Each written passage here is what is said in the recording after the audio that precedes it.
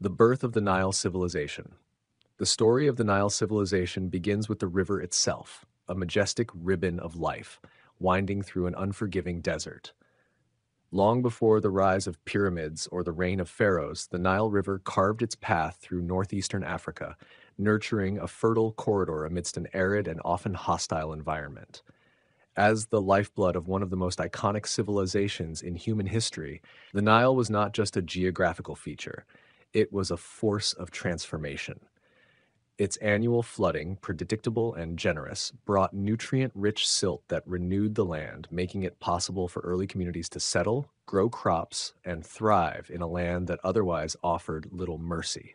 These early settlers, drawn by the promise of sustenance, began to cluster along the banks of the Nile, sowing the seeds for what would become the cradle of ancient Egyptian civilization. In these early days, around 5000 BCE, scattered Neolithic communities began experimenting with agriculture. The fertile soil left behind by the inundation allowed them to cultivate wheat, barley, and flax, and to domesticate animals like cattle and sheep. These innovations marked a shift from nomadic life to permanent settlement, laying the groundwork for complex societies. Over time, villages grew into towns, and a shared reliance on the river encouraged cooperation, trade, and the early formation of social hierarchies. The Nile, in its rhythmic pulse, shaped the rhythms of daily life, from planting and harvest seasons to spiritual rituals and communal gatherings. As the people grew more attuned to the river's cycles, they began to see it not only as a provider of food, but as a divine presence, something worthy of reverence and ritual. As agricultural productivity increased, so too did the need for organization. Communities had to coordinate irrigation, storage, and distribution. This necessity gave rise to early forms of leadership and governance.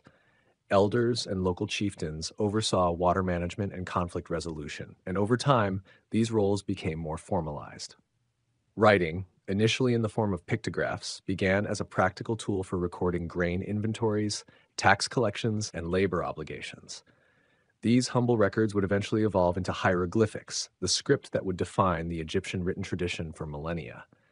With the advent of writing and organized labor, these early Nile societies laid the foundation for bureaucracy, law, and the administration that would one day power the mighty Egyptian state. By 3100 BCE, a monumental shift occurred.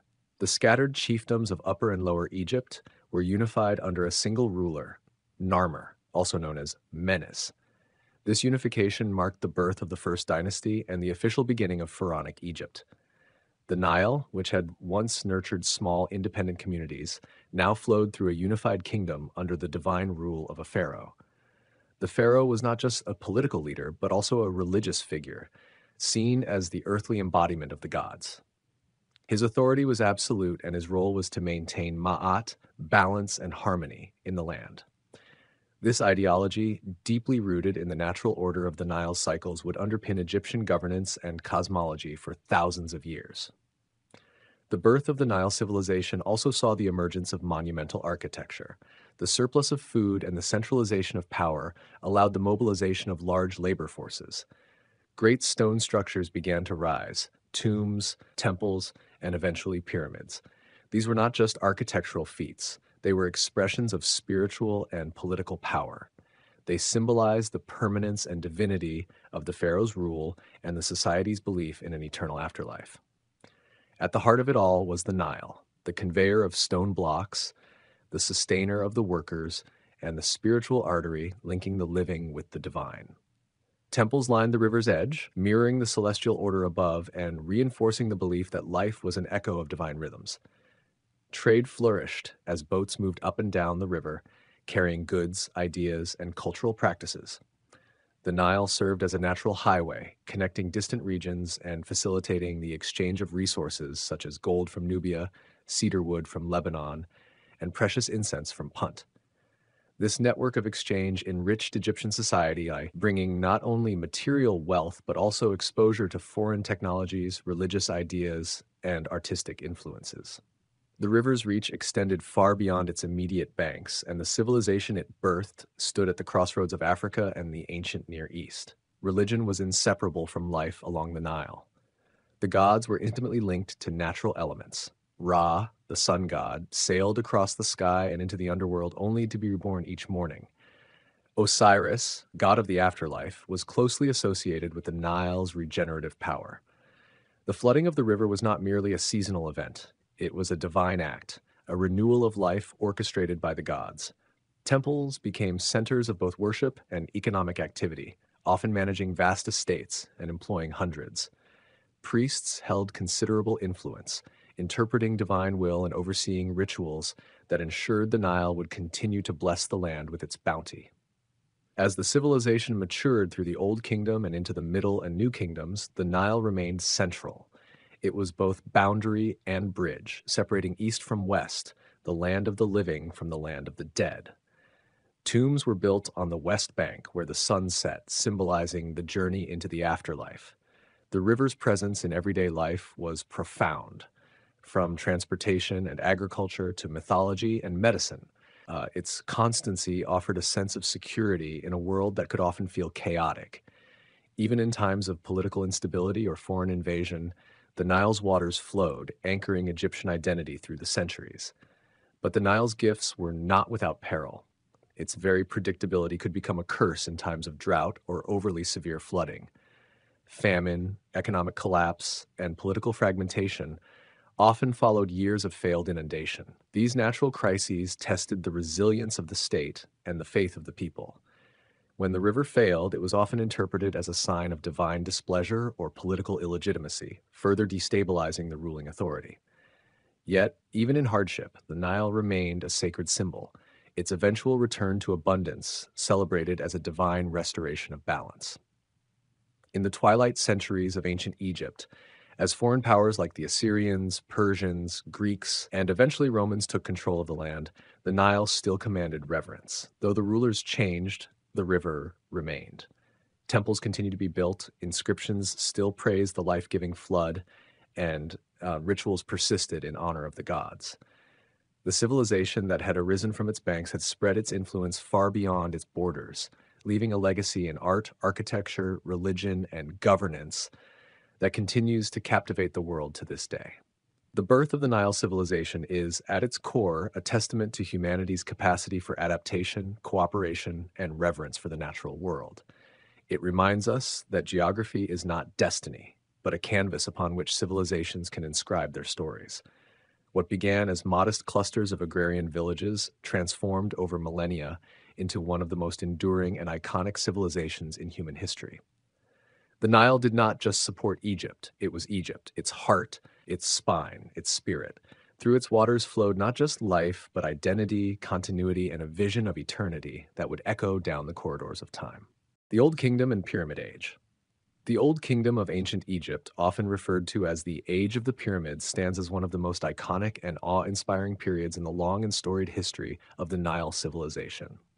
Spanning from approximately 26686 to 281 BCE, this period saw the rise of strong centralized power, monumental architecture, and a blossoming of artistic and cultural development that would set the standard for millennia to come.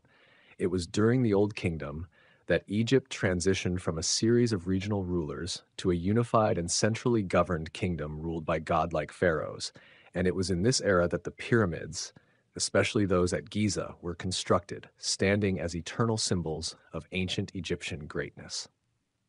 At the heart of the Old Kingdom was the ideology of divine kingship.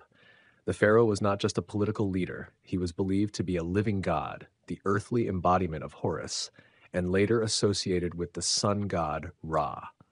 This divine status justified his absolute rule and helped to unite the people under a shared spiritual and social order. The centralized government of the Old Kingdom allowed for the organization of massive state projects, especially the construction of temples, roads, administrative centers, and most famously, pyramids.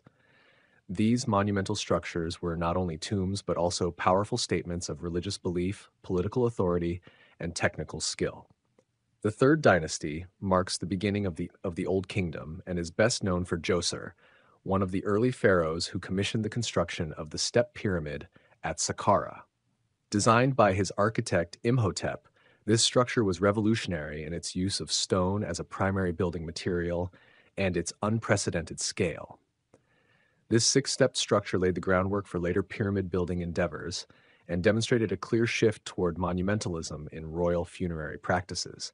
It also revealed a growing understanding of engineering and state coordination, as such projects required immense labor, resources, and logistical planning.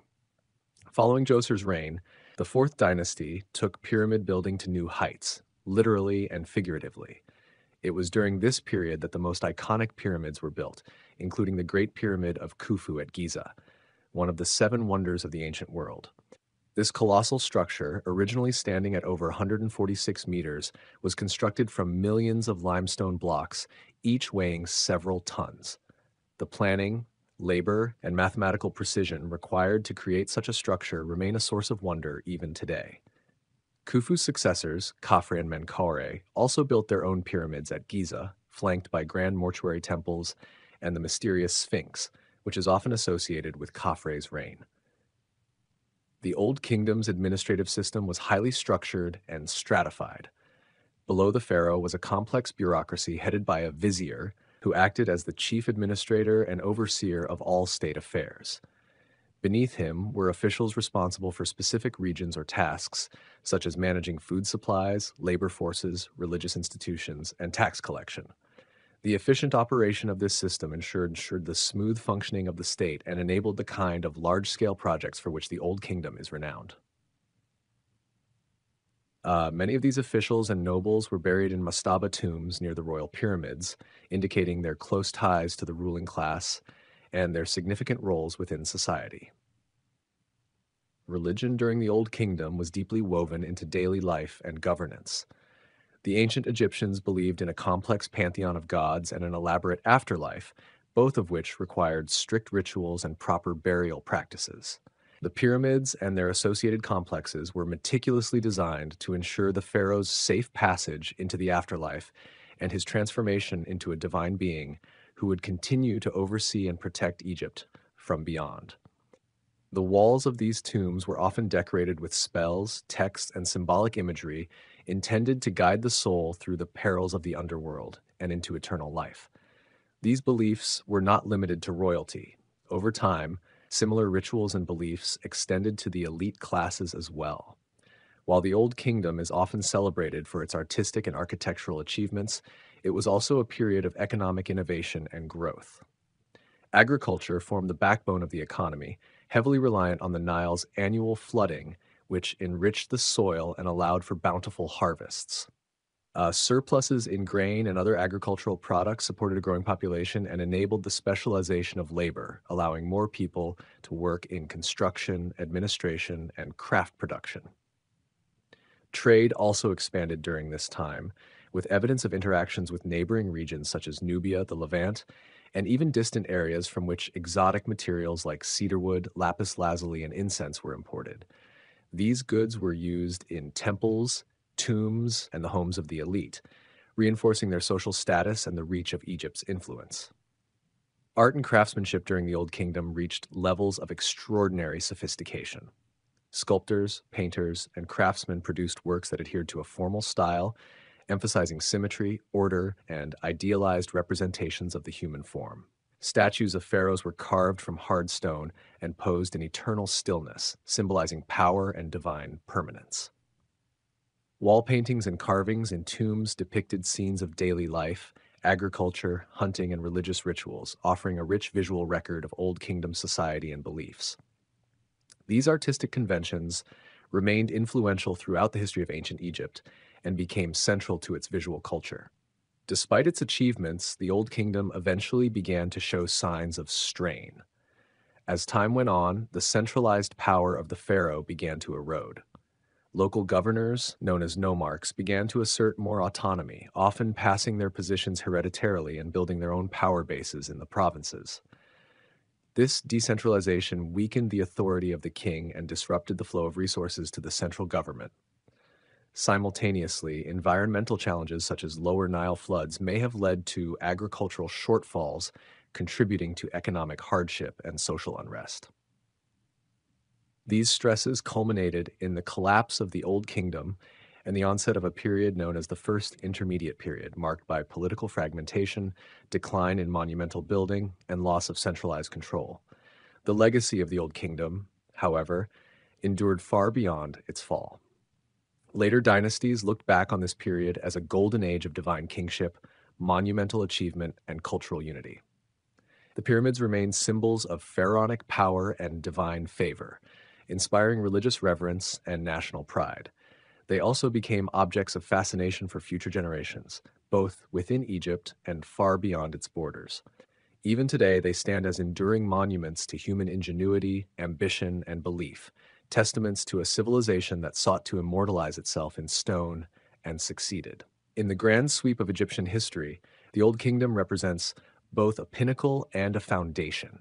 It was a time when the ideals of divine rule, the artistry of stone, and the mechanisms of a complex state all came together to create a civilization that, quite literally, built its dreams into the landscape. It was a world where heaven and earth met in the shape of pyramids, where the pharaoh ruled not just with authority but with the aura of divinity, and where the eternal and the earthly were intertwined in a vision of cosmic order. The accomplishments of this period echo through the corridors of history, offering not only insight into a distant past, but also inspiration for the heights that human societies can reach when vision, faith, and power align. The role of religion and the afterlife. Throughout human history, religion has played an extraordinary role in shaping how civilizations understand life, death, and what may lie beyond. From the earliest hunter-gatherer societies to the most sophisticated empires, the belief in something greater, something eternal, has acted as a binding force, a source of comfort, and a guide for moral and communal order. At the heart of many religious traditions lies a central question that has haunted humanity for millennia. What happens when we die? The concept of an afterlife, however it may be defined, is not merely a theological abstraction. It is a powerful cultural construct that has influenced laws, ethics, rituals, and even the architecture of civilizations. Religion, in its many forms, arose in part from humankind's deep-seated need to explain the mysteries of existence. Natural phenomena like the movement of the stars, the changing of seasons, or the eruption of a volcano were once terrifying enigmas. Religion offered a narrative, one in which divine forces orchestrated the rhythms of life and death. But it also went deeper. It addressed the very personal and emotional realm of loss, grief, and mortality. The death of a loved one is an experience so profound that societies, regardless of time or geography, have created elaborate systems to process and ritualize it. These systems almost universally involve beliefs in a continued existence beyond the physical, whether in the form of spirits, reincarnation, heaven and hell, or ancestral presence. In ancient Egypt, religion and the afterlife were not only intertwined, they were inseparable. The Egyptians believed that life continued after death in a realm that mirrored the beauty and harmony of the Nile Valley. But this afterlife was conditional. The soul had to be judged, its heart weighed against the feather of Ma'at, the goddess of truth and justice. Only if the heart was light, free from the burden of wrongdoing, could one pass into the eternal fields of peace. This concept profoundly influenced Egyptian society. Tombs were prepared with incredible care, filled with goods, texts like the Book of the Dead, and symbols designed to guide and protect the deceased in the afterlife. For the Egyptians, moral behavior was not merely a social virtue, but a requirement for eternal salvation. In contrast, ancient Mesopotamian beliefs painted a more somber picture. The Sumerians and Babylonians believed in an underworld where all souls eventually arrived, regardless of their earthly deeds. This shadowy realm was not a place of reward or punishment, but a gloomy continuation of existence. Yet even in this grim view, religion served as a bridge between the living and the dead. Regular rituals were performed to appease the spirits of ancestors, and neglecting these duties could lead to misfortune in the land of the living. Thus, the afterlife, even as a bleak prospect, reinforced social obligations and kept the memory of the dead alive in the hearts of the living. Moving eastward, the religions of the Indian subcontinent present a different lens through which to view the afterlife. Hinduism introduced the concept of samsara, the endless cycle of birth, death, and rebirth, governed by karma, the moral weight of one's actions. The The soul, or Atman, does not perish with the body but is reincarnated in a new form, determined by one's previous deeds. Liberation from this cycle, known as moksha, is the ultimate goal. Achieving moksha means merging with the divine, escaping the illusions of the material world, and transcending the pain of earthly existence. This cyclical view of life and death places immense emphasis on personal responsibility, spiritual practice, and ethical living. Religion, in this case, becomes a lifelong journey toward inner purity and union with the eternal. Buddhism, which emerged from the same cultural milieu, reinterpreted these ideas. While it retained the concepts of karma and rebirth, it removed the notion of a permanent self or soul. The focus shifted toward achieving enlightenment, or nirvana, a state of complete liberation from suffering and the cycle of rebirth. The path to nirvana involves deep meditation, ethical conduct, and mindfulness, a discipline that not only promises peace in the afterlife, but transforms one's understanding of existence itself. Here, religion is both a philosophy and a practice, emphasizing impermanence and the cessation of desire as the key to freedom. In the Abrahamic traditions, Judaism, Christianity, and Islam, the afterlife assumes a more dualistic framework. Heaven and hell are seen as ultimate destinations, representing divine justice and mercy. In Christianity, for example, the promise of eternal life with God is a central tenet. Faith in God, repentance, and righteous behavior pave the way to salvation, while sin and rejection of divine grace may lead to eternal separation from God. This vision of the afterlife has inspired countless acts of devotion, charity, and also, at times, fear and guilt. Churches, cathedrals, and religious art across centuries reflect this obsession with the eternal fate of the soul. The same applies in Islam, where the Day of Judgment plays a pivotal role. Each individual's deeds are meticulously recorded, and upon death, one's soul enters a transitional phase before being resurrected for judgment. Paradise and hell are vividly described in Islamic texts, not only as destinations, but as moral incentives for believers to uphold justice, compassion, and faith in God's plan. Even in Judaism, where views of the afterlife are more varied and less explicitly defined, there remains a strong emphasis on the enduring connection between the soul and the divine. Some Jewish traditions speak of Olam Haba, the world to come, of peace and closeness to God. Others emphasize the resurrection of the dead, or the continued presence of ancestors. Yet above all, Judaism places value on righteous living in the present, echoing the belief that how one lives is just as significant as what may follow. Beyond the texts and doctrines, religion's role in shaping the afterlife narrative is evident in cultural practices around death. Funeral rites, burial customs, and mourning rituals vary widely, but nearly all aim to honor the dead and prepare them for what comes next. In doing so, these rites also serve the living. They offer closure, affirm a sense of community, and provide a structured way to grieve. In societies around the world, from Tibetan sky burials to Christian memorial services, from Hindu cremation rituals to Islamic janaza prayers, the influence of religious belief on how we treat the dead is profound. Moreover, religion's promises regarding the afterlife have not only comforted individuals, but also shaped political and social orders. Rulers claim to divine favor or even godhood to legitimize their power. Martyrs have gone to their deaths believing in a glorious eternity. Entire wars have been fought, justified by visions of eternal reward or punishment. At the same time, religion has inspired some of humanity's most noble acts: self-sacrifice, forgiveness, and efforts to alleviate the suffering of others, fueled by the belief that such deeds carry eternal weight. In the modern world, where science and secularism have gained prominence, the idea of the afterlife still persists with remarkable strength. Surveys show that even in highly developed secular societies, large portions of the population continue to believe in some form of existence after death. Whether in the form of energy, consciousness, or a soul, the notion that something of us endures is a powerful psychological anchor. It provides meaning in the face of the unknown and helps frame life's hardships within a broader, often hopeful, cosmic narrative.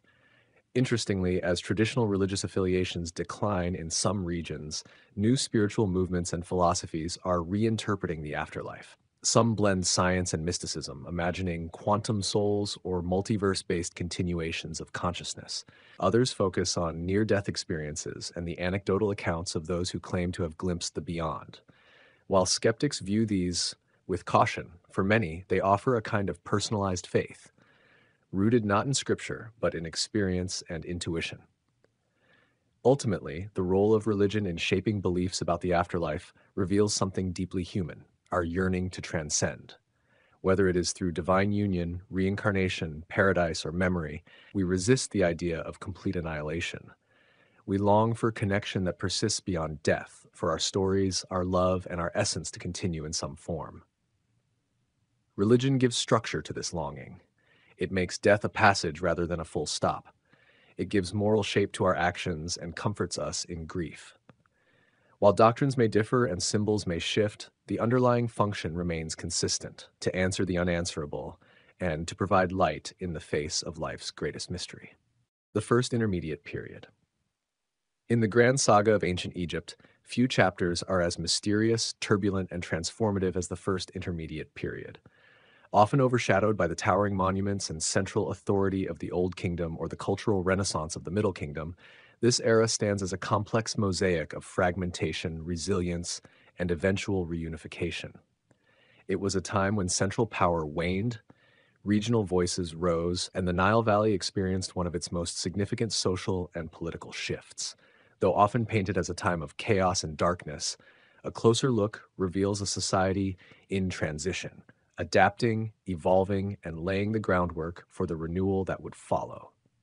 The First Intermediate Period is generally dated between 2181 and 2055 BCE, following the collapse of the Old Kingdom's 6th dynasty and preceding the rise of the Middle Kingdom's 11th dynasty. The end of the Old Kingdom marked the end of a centralized government that had, for centuries, revolved around the divine kingship of the pharaohs. These rulers had not only wielded political authority, but were also regarded as living gods, maintaining order, ma'at, over a vast and fertile land. However, as the 6th dynasty wore on, particularly under the lengthy reign of Pepi II, cracks began to appear in this system. Pepi II's reign may have lasted over 90 years, which, while a testament to longevity, also brought challenges to the continuity of strong leadership.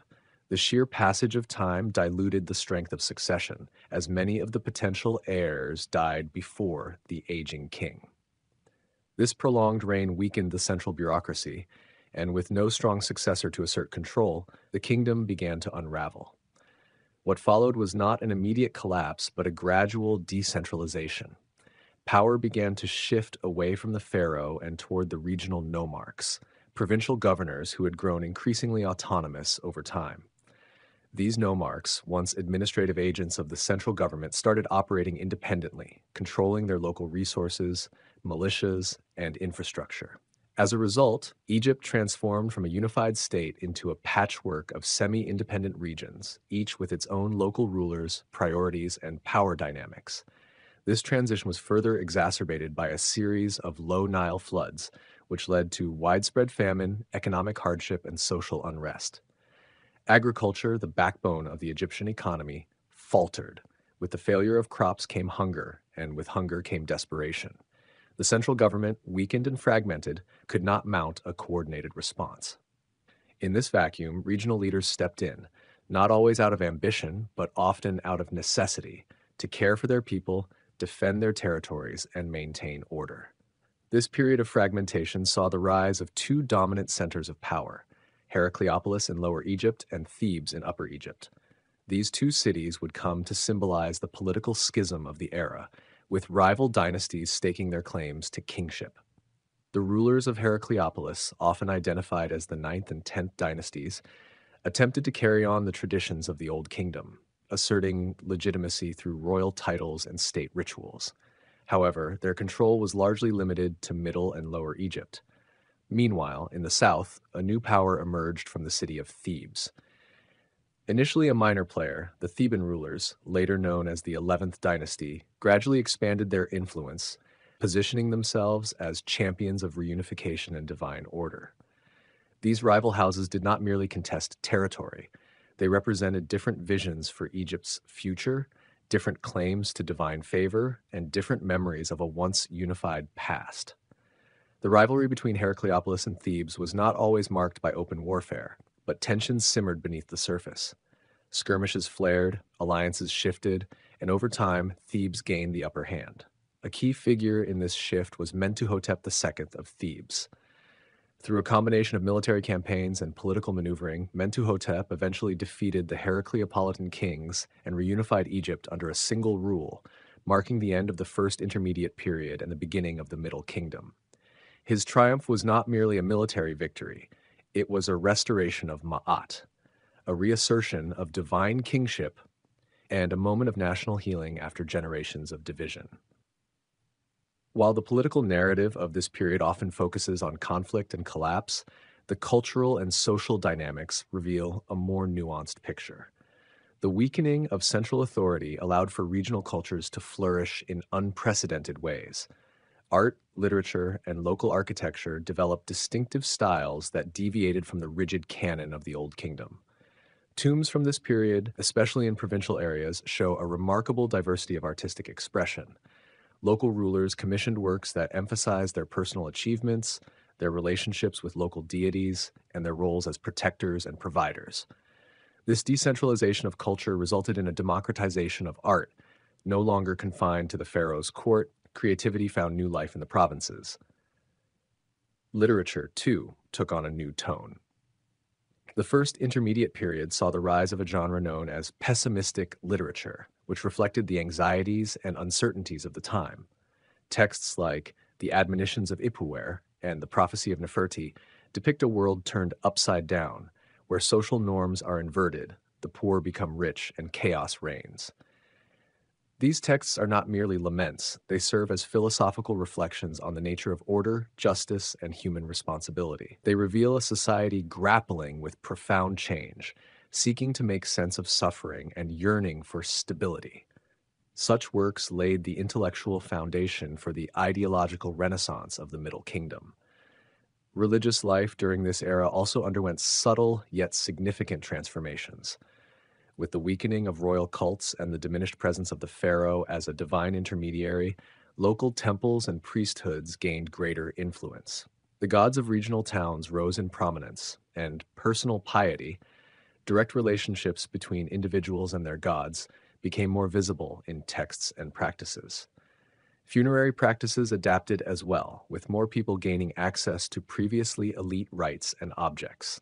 Coffin texts, for example, became more widespread, democratizing access to the afterlife by incorporating spells and incantations once reserved for royalty into the burials of commoners and local elites. Economically, while the First Intermediate Period is often viewed through the lens of famine and decline, archaeology reveals signs of resilience. Local economies adapted to changing circumstances. Trade routes shifted, craftspeople continued their work, and agriculture persisted where the Nile allowed. In some areas, especially in the south, building activity never fully stopped. Thebes, in particular, saw the construction of temples and tombs that would eventually form the foundation of its future grandeur. Perhaps one of the most intriguing aspects of this period is how it challenges the traditional notion of historical collapse. While central authority faltered, society did not vanish. People adapted. Local leaders rose to meet new challenges. Cultural innovation thrived. In many ways, the First Intermediate Period serves as a reminder that history is not always written by unbroken lines of kings or the permanence of empire. Sometimes it is written in the spaces in between, in the resilience of communities, in the reimagining of identities, and in the forging of new paths from the fragments of the old. The reunification under Mentuhotep II was not merely a return to the old ways, but the beginning of something new. The Middle Kingdom that followed carried forward the lessons of the First Intermediate Period. It embraced a more centralized government, but remained aware of regional interests. It promoted national unity, but allowed for diverse cultural expressions. It revered the pharaoh, but acknowledged the agency of local leaders and the devotion of ordinary people. In this sense, the First Intermediate Period was not a rupture. It was a crucible, forging a renewed Egyptian identity from the pressures of political fragmentation and cultural flowering. As with many transitional periods in history, the first intermediate period resists easy categorization. It was neither wholly a dark age nor purely a time of renaissance. It was both and neither, a liminal space between eras where old certainties gave way to new possibilities.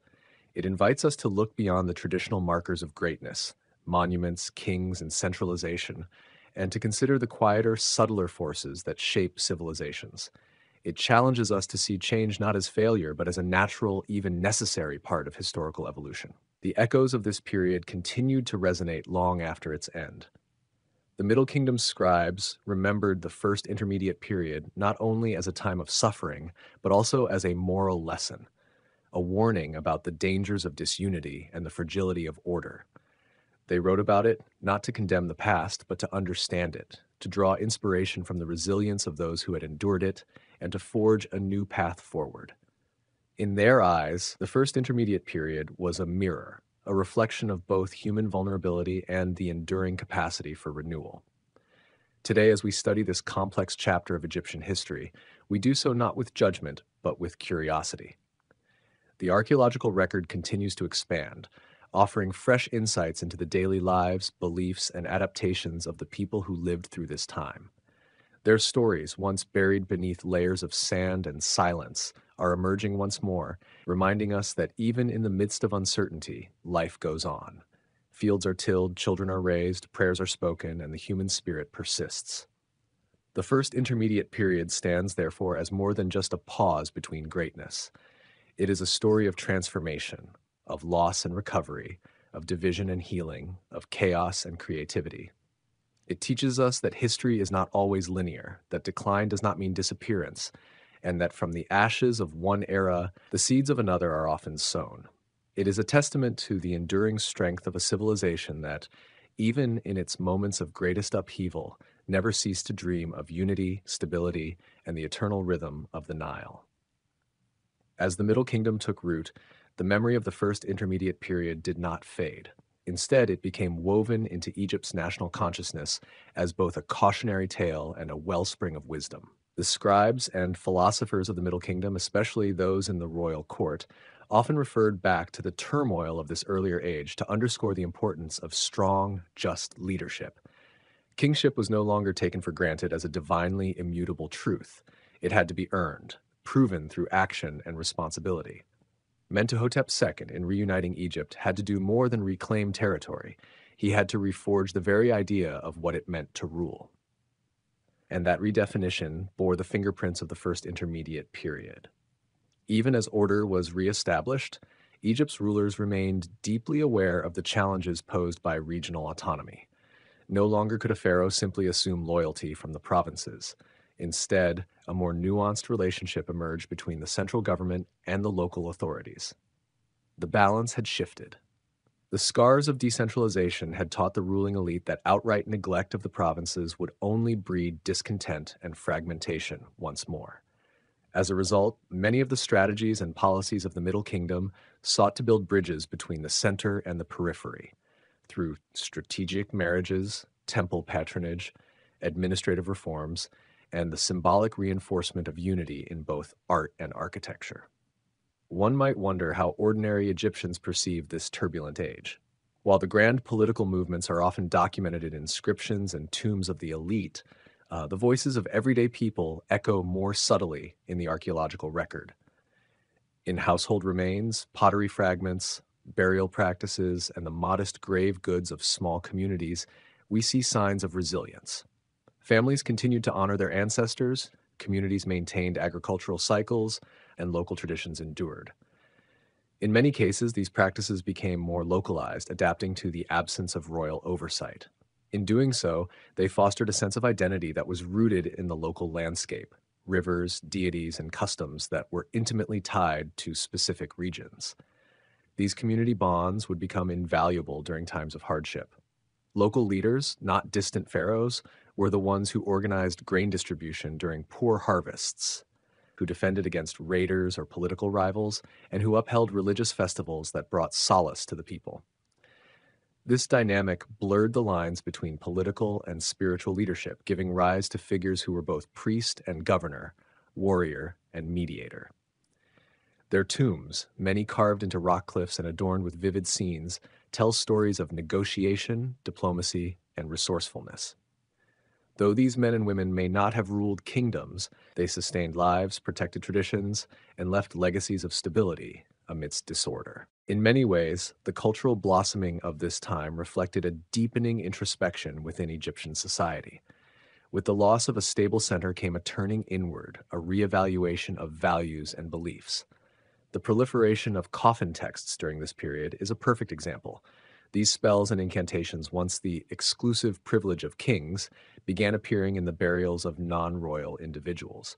This democratization of the afterlife suggested a shift in spiritual thinking, that eternal life was not the sole domain of the divine pharaoh, but a possibility for all who lived righteously and honored the gods.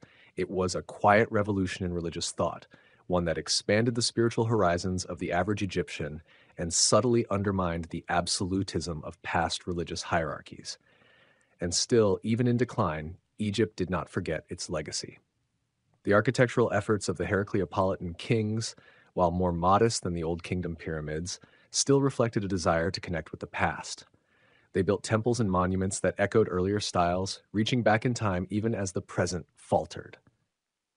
This yearning for continuity amidst change is a powerful reminder of the Egyptian worldview. Time was cyclical, not linear. Collapse was not an end, but a turning of the wheel, an inevitable phase that would give way to renewal.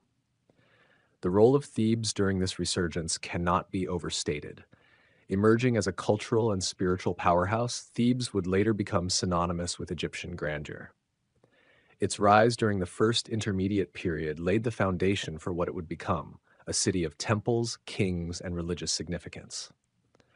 Karnak and Luxor, two of the greatest temple complexes in Egyptian history, trace their roots to this era of assertion and ambition.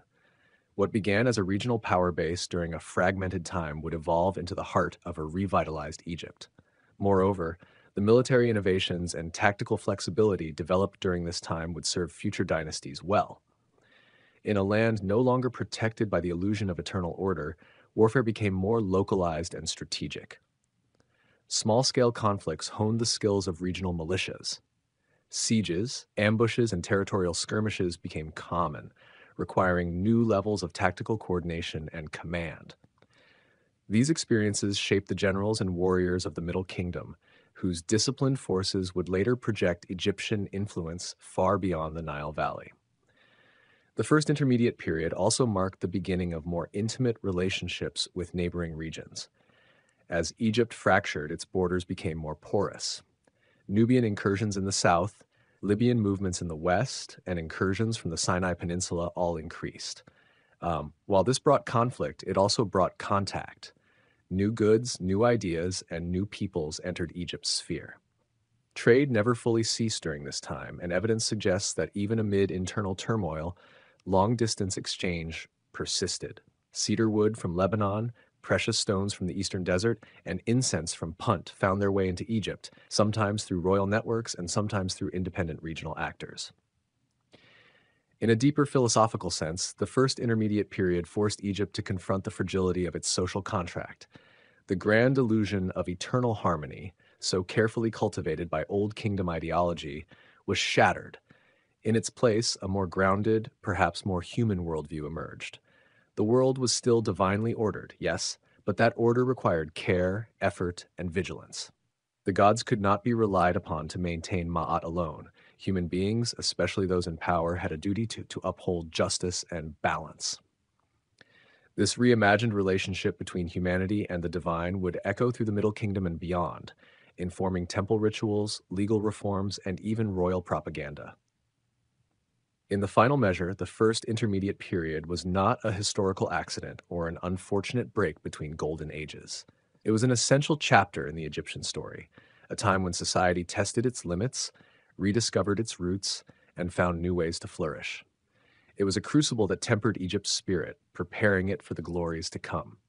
From its trials emerged stronger institutions, broader religious access, richer cultural expressions, and a more inclusive vision of Egyptian identity. As we reflect on this remarkable age, we are reminded that strength is not always measured by monuments or military conquests. Sometimes it is measured by the quiet determination of farmers who continue to sow their fields, of scribes who preserve their knowledge, of priests who light the temple fires, and of leaders who stand in the breach to protect their communities. The first intermediate period is their story too, an ode to the resilience, ingenuity, and faith of a people who, even in their darkest hours, never stop believing in the rising of the sun. The Middle Kingdom, reunification and reform. The Middle Kingdom of ancient Egypt, often referred to as the period of reunification, marked a profound and transformative era in the long tapestry of Egyptian history. Emerging from the shadows of the first intermediate period, a time of political fragmentation, economic instability, and declining centralized power, the Middle Kingdom signaled a powerful revival. It was an age characterized by the reunification of Upper and Lower Egypt under strong leadership, a reassertion of centralized control, and a deliberate and thoughtful reform of the state apparatus. This period, beginning around 2050 BCE and lasting until roughly 1710 BCE, is often remembered for its renaissance of culture, literature, architecture, and administrative efficiency. At the heart of this resurgence was the 11th dynasty, particularly under the leadership of Mentuhotep II, whose military and political maneuvers succeeded in reuniting the two lands after a century of disunity. Mentuhotep II, ruling from Thebes in Upper Egypt, was more than a king. He was a symbol of order overcoming chaos. His successful campaign against the Heracleopolitan rulers of the north re-established a sense of national unity that had been absent for generations. This victory was not merely military, it was ideological. Mentuhotep II associated himself closely with the gods, especially with Osiris, the god of the afterlife and resurrection. In doing so, he created a powerful image of the king as both divine and just, an earthly guarantor of Ma'at, the ancient Egyptian concept of cosmic order and balance. This ideological grounding helped to re-legitimize the monarchy in the eyes of the people and the priesthood, re-establishing the pharaoh as the vital center of the Egyptian world. The Middle Kingdom, especially under the subsequent 12th dynasty, reached new heights of prosperity and stability. Kings such as Amenemhat I, Senusret I, and Senusret III are remembered not only for their military conquests and architectural achievements, but for their visionary reforms. Amenemhat Cerns moved the capital north to a newly founded city called Ichtoe, located near the Fayum region. This strategic relocation allowed the state to exert more direct control over both Upper and Lower Egypt and facilitated more efficient communication and trade. It also underscored the changing dynamics of royal power, more pragmatic, more centralized, and more bureaucratic than before. One of the defining features of the Middle Kingdom was its administrative sophistication. The rulers of this period understood that long-term stability depended on more than military strength. It required a carefully managed state infrastructure. Provincial governors, known as nomarchs, had wielded significant autonomy during the first intermediate period, often acting as quasi-independent rulers. To prevent such decentralization from recurring, the kings of the Middle Kingdom implemented policies that limited the power of these local officials, either by replacing them with royal appointees or by rotating their positions to prevent the buildup of local loyalties. The central government expanded its reach into all corners of the land, maintaining tight control over agriculture, taxation, and labor. In terms of military ventures, the Middle Kingdom saw a marked expansion in foreign policy. The pharaohs launched expeditions into Nubia to the south, which was rich in gold, ivory, and other valuable resources. They constructed a series of forts along the Nile's southern border to secure trade routes and protect against potential incursions. These military outposts, such as those at Buhen and Semna, were marvels of engineering and administration, often doubling as centers of trade and cultural exchange. Egyptian influence expanded beyond its traditional borders, reaching into the Levant through trade and occasional military campaigns. These interactions helped to stimulate economic growth and brought foreign goods and ideas into the Nile Valley, enriching Egyptian society. The Middle Kingdom was also a golden age for literature and intellectual life. The period saw the emergence of a new literary genre that dealt with personal introspection, wisdom, and the challenges of leadership. Texts such as the Instructions of Amenemhat and the Tale of Sinuhe reflect a deep engagement with moral philosophy, the nature of kingship, and the human condition.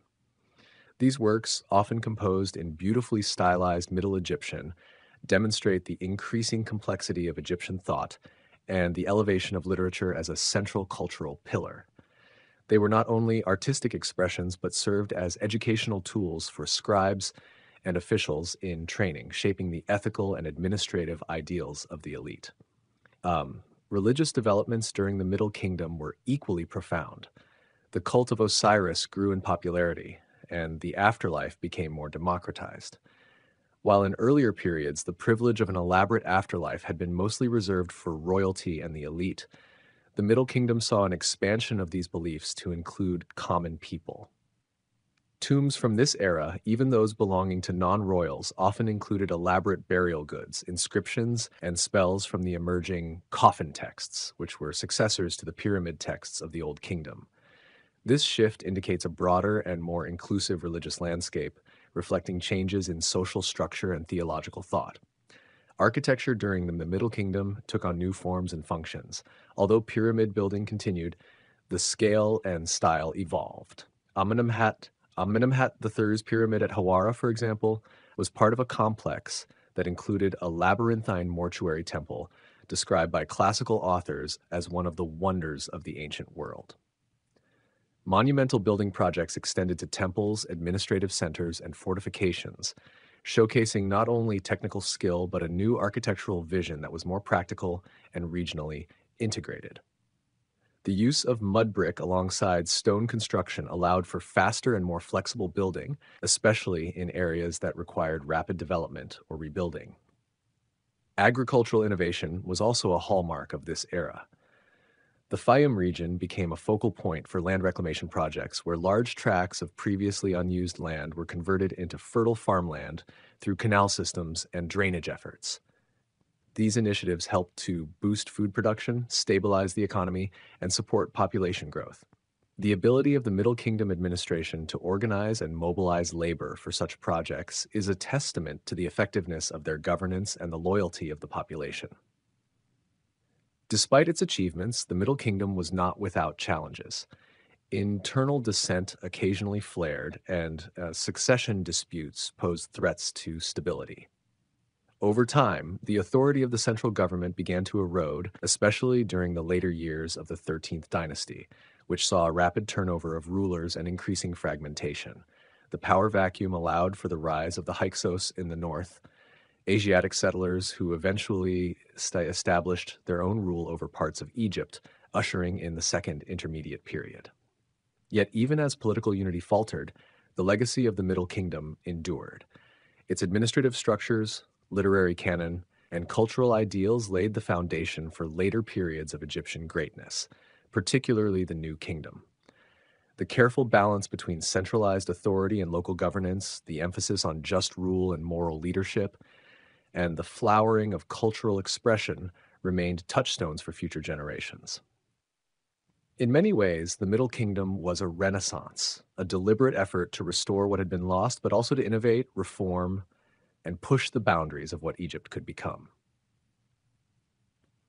The story of the Middle Kingdom is, therefore, one of resilience and regeneration. It reminds us that in the face of decline and disintegration, societies can reinvent themselves through visionary leadership, systemic reform, and cultural revival.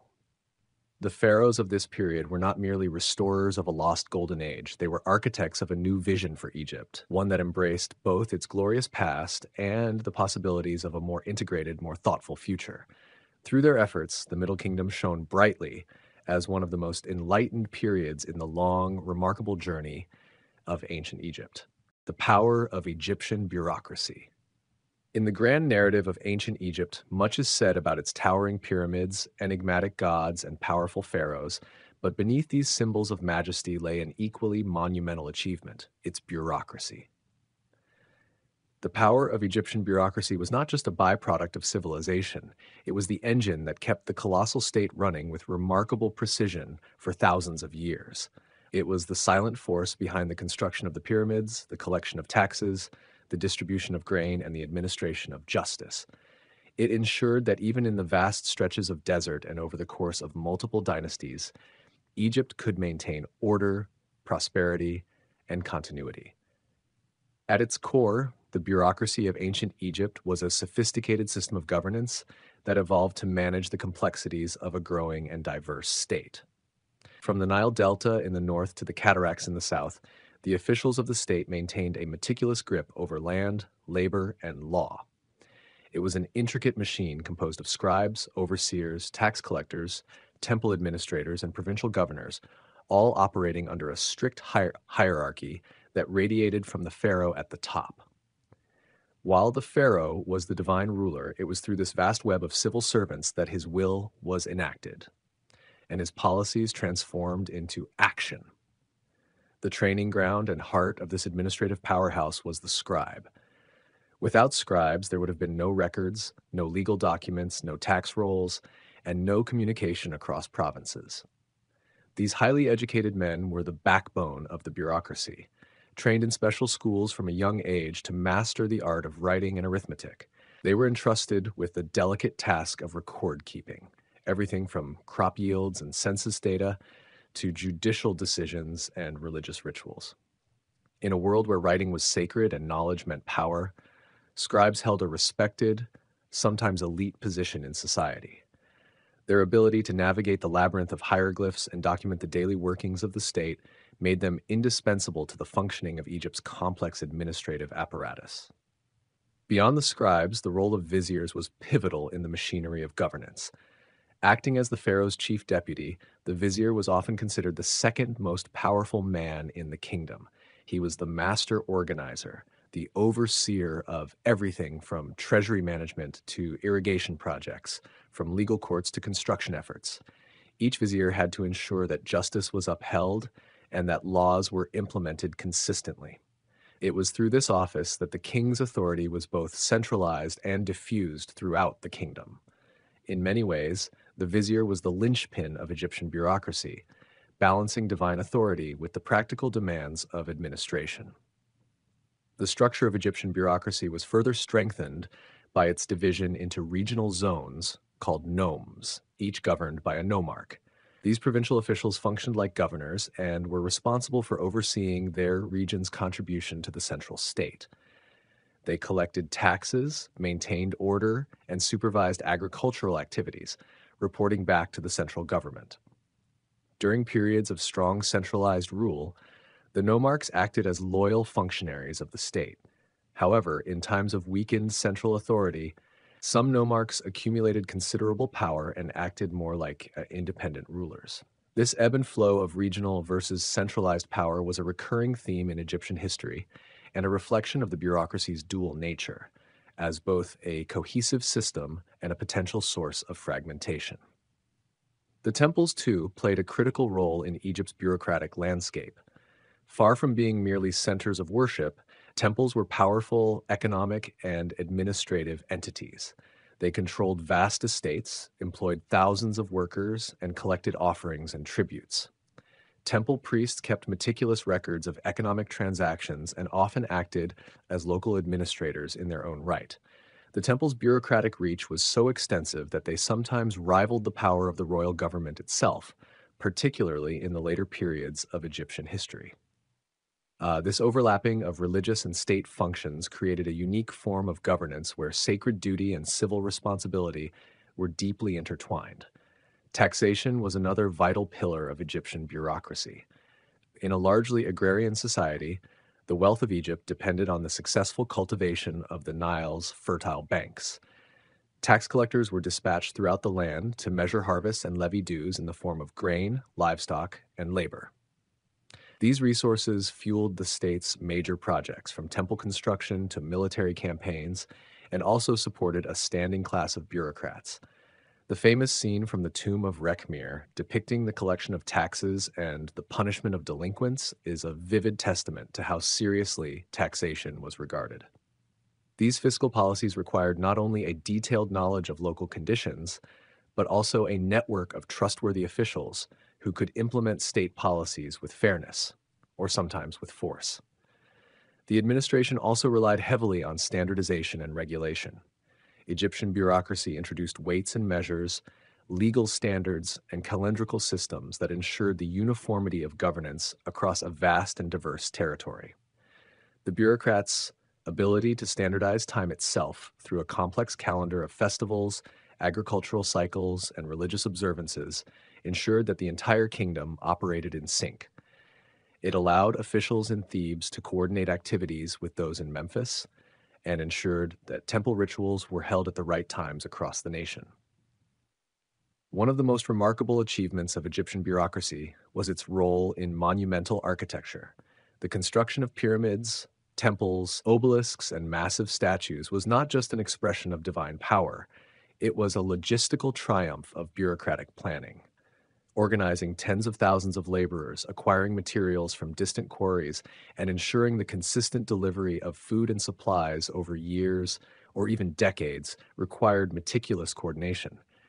There were entire departments dedicated to workforce management, resource distribution, and quality control. These projects were not left to chance. They were the culmination of methodical state planning made possible by a bureaucracy that could translate vision into stone. The judiciary, too, was deeply embedded within the bureaucratic system. While the pharaoh was technically the ultimate judge, legal cases were often handled at local and regional levels. There were court scribes who documented proceedings, local magistrates who heard complaints, and higher officials who reviewed appeals. Laws were enforced and disputes were settled not arbitrarily, but through procedures and precedents that bureaucrats maintained. Justice in Egypt was not just a divine ideal. It was a system upheld by the records, hierarchies, and institutions of the state. This sense of legal order contributed to the social stability that characterized much of Egyptian civilization. What is particularly fascinating about Egyptian bureaucracy is its longevity. While dynasties rose and fell, and even foreign powers at times ruled over Egypt, the basic structures of administration persisted. The scribes continued to train, the records continued to be kept, and the temples continued to manage resources. This continuity speaks to the robustness and adaptability of the system. It was not dependent on any single ruler or dynasty, but was embedded into the very culture of Egypt. The system's ability to maintain social order, economic balance, and political cohesion over millennia is one of the most impressive legacies of ancient governance. Even during periods of instability, such as the First and Second Intermediate periods, the bureaucracy never fully collapsed. In fact, its resilience allowed Egypt to reestablish centralized rule when the opportunity arose. The bureaucratic class, with its institutional memory and administrative know-how, acted as a stabilizing force. Pharaohs could rise from obscurity, but to govern effectively, they had to rely on the scribes and administrators who understood the levers of the state. This dependency gave the bureaucracy a certain quiet power, a permanence beyond any single reign. Ultimately, the power of Egyptian bureaucracy lies in its ability to harness human effort, organize society, and sustain a civilization across centuries. It did not inspire poetry or carve its name into monuments, yet it made everything else possible. The pyramids could not have risen, the grain could not have been stored, the armies could not have marched, and the gods could not have been worshipped in proper ceremony without the ceaseless labor of countless officials working in dusty offices, copying records, and issuing commands. They were the silent architects of Egypt's enduring greatness. Expansion and trade networks.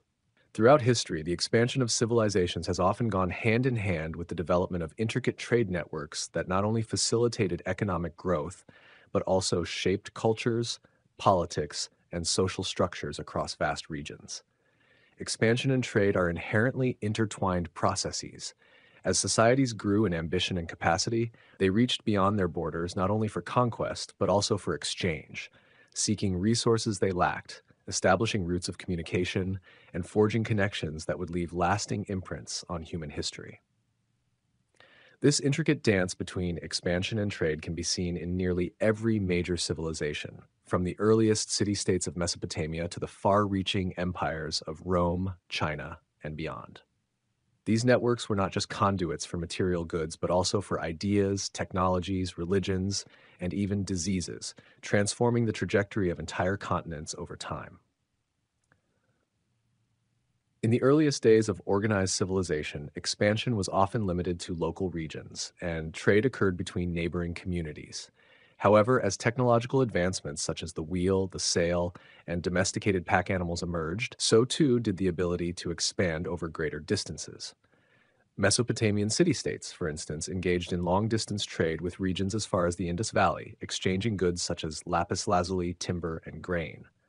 Similarly, ancient Egypt's expeditions to the land of Punt for incense, ebony, and exotic animals exemplify how even early societies recognized the value of establishing consistent, far-reaching trade routes. These endeavors often required a level of diplomatic engagement and sometimes military enforcement, further tying the concepts of trade and territorial expansion together. As civilizations grew more complex, the desire for luxury goods and essential resources fueled exploration and conquest. The Phoenicians, a seafaring people from the Levant, established trade colonies across the Mediterranean, from North Africa to Spain. Their extensive trade network brought them into contact with countless cultures, allowing for the diffusion of the Phoenician alphabet, which would later influence Greek and Latin scripts. This is a prime example of how trade networks contributed not only to economic prosperity, but also to cultural and intellectual exchange. Expansion was not always achieved through brute force. Often, it was trade that opened doors, softened borders, and paved the way for deeper integration or eventual dominance. The Silk Road stands as one of the most enduring and influential trade networks in world history. Originating in China, it stretched across Central Asia to the Middle East and into Europe. Along this vast route, caravans carried not just silk, but spices, porcelain paper, and even gunpowder. In return, they brought back horses, precious metals, glassware, and a multitude of cultural influences. The expansion of the Han Dynasty played a crucial role in the establishment and maintenance of this network, as did the desire of the Roman Empire for Eastern luxuries. These interactions were not without conflict, but they also generated an era of unprecedented connectivity and exchange between East and West. Cities along the Silk Road flourished, becoming melting pots of language, religion, and innovation. It is no exaggeration to say that trade networks such as this helped to lay the groundwork for globalization centuries before the term existed. In the Islamic Golden Age, expansion and trade were equally interwoven. The rapid territorial growth of the Islamic caliphates was accompanied by the creation of a vibrant commercial web that stretched from the Iberian Peninsula to Southeast Asia. Islamic merchants and scholars traveled vast distances, bringing with them not only goods, but also scientific knowledge, philosophical thought, and religious teachings. The cities of Baghdad, Cairo, and Cordoba emerged as key centers of commerce and intellectual life, bridging the classical knowledge of Greece and Rome with the burgeoning scholarship of the Islamic world. In this period, trade routes served as arteries through which both material wealth and cultural capital flowed, reinforcing the power and influence of expanding empires. The Mongol Empire, too, offers a striking illustration of how expansion could enable and secure vast trade networks. Under the leadership of Genghis Khan and his successors, the Mongols created the largest contiguous land empire in history, stretching from China to Eastern Europe. Despite their reputation for ruthless conquest, the Mongols were also pragmatic rulers who understood the value of trade. They established a period of relative stability across their territories known as the Pax Mongolica, during which trade flourished. Merchants, envoys, and missionaries could travel with unprecedented safety and speed. Marco Polo's journey to the court of Kublai Khan, for instance, would have been impossible without the expansive network established by Mongol governance. The Mongols not only expanded territory, but also connected previously isolated parts of the world, enabling the exchange of everything from textiles to technologies like printing and gunpowder. European expansion during the Age of Exploration marked another critical moment in the history of trade networks. Motivated by a desire for spices, gold, and new markets, European powers like Portugal, Spain, and later the Dutch and British embarked on ambitious maritime expeditions. These ventures led to the establishment of vast colonial empires and the creation of transoceanic trade networks. The Atlantic slave trade, although a deeply tragic and inhumane enterprise, illustrates the scale and complexity of these new systems, Goods flowed from Europe to Africa, enslaved people were transported to the Americas, and raw materials like sugar, tobacco, and cotton were shipped back to Europe. This triangular trade reshaped economies and societies on multiple continents, often with devastating consequences for indigenous populations and enslaved peoples. Still, it underscores the immense power that expansion and trade wielded in shaping the modern world. Colonial expansion fundamentally altered existing trade networks and introduced new systems of global commerce. European powers imposed their own economic systems on the territories they conquered, often extracting resources to fuel industrialization at home. The British East India Company and the Dutch East India Company were not only trade enterprises, but also political entities with private armies and administrative powers. Their operations exemplify how deeply commerce and governance became intertwined during this period of global expansion. These companies facilitated the movement of textiles, tea, opium, and other commodities on a massive scale, while also serving as agents of imperial policy. In many cases, local economies were restructured to serve the needs of distant empires, leading to long-term economic dependencies and cultural disruptions. In the modern era, the legacy of these early expansions and trade networks is still deeply felt. Globalization, in many ways, is the culmination of centuries of interconnected trade.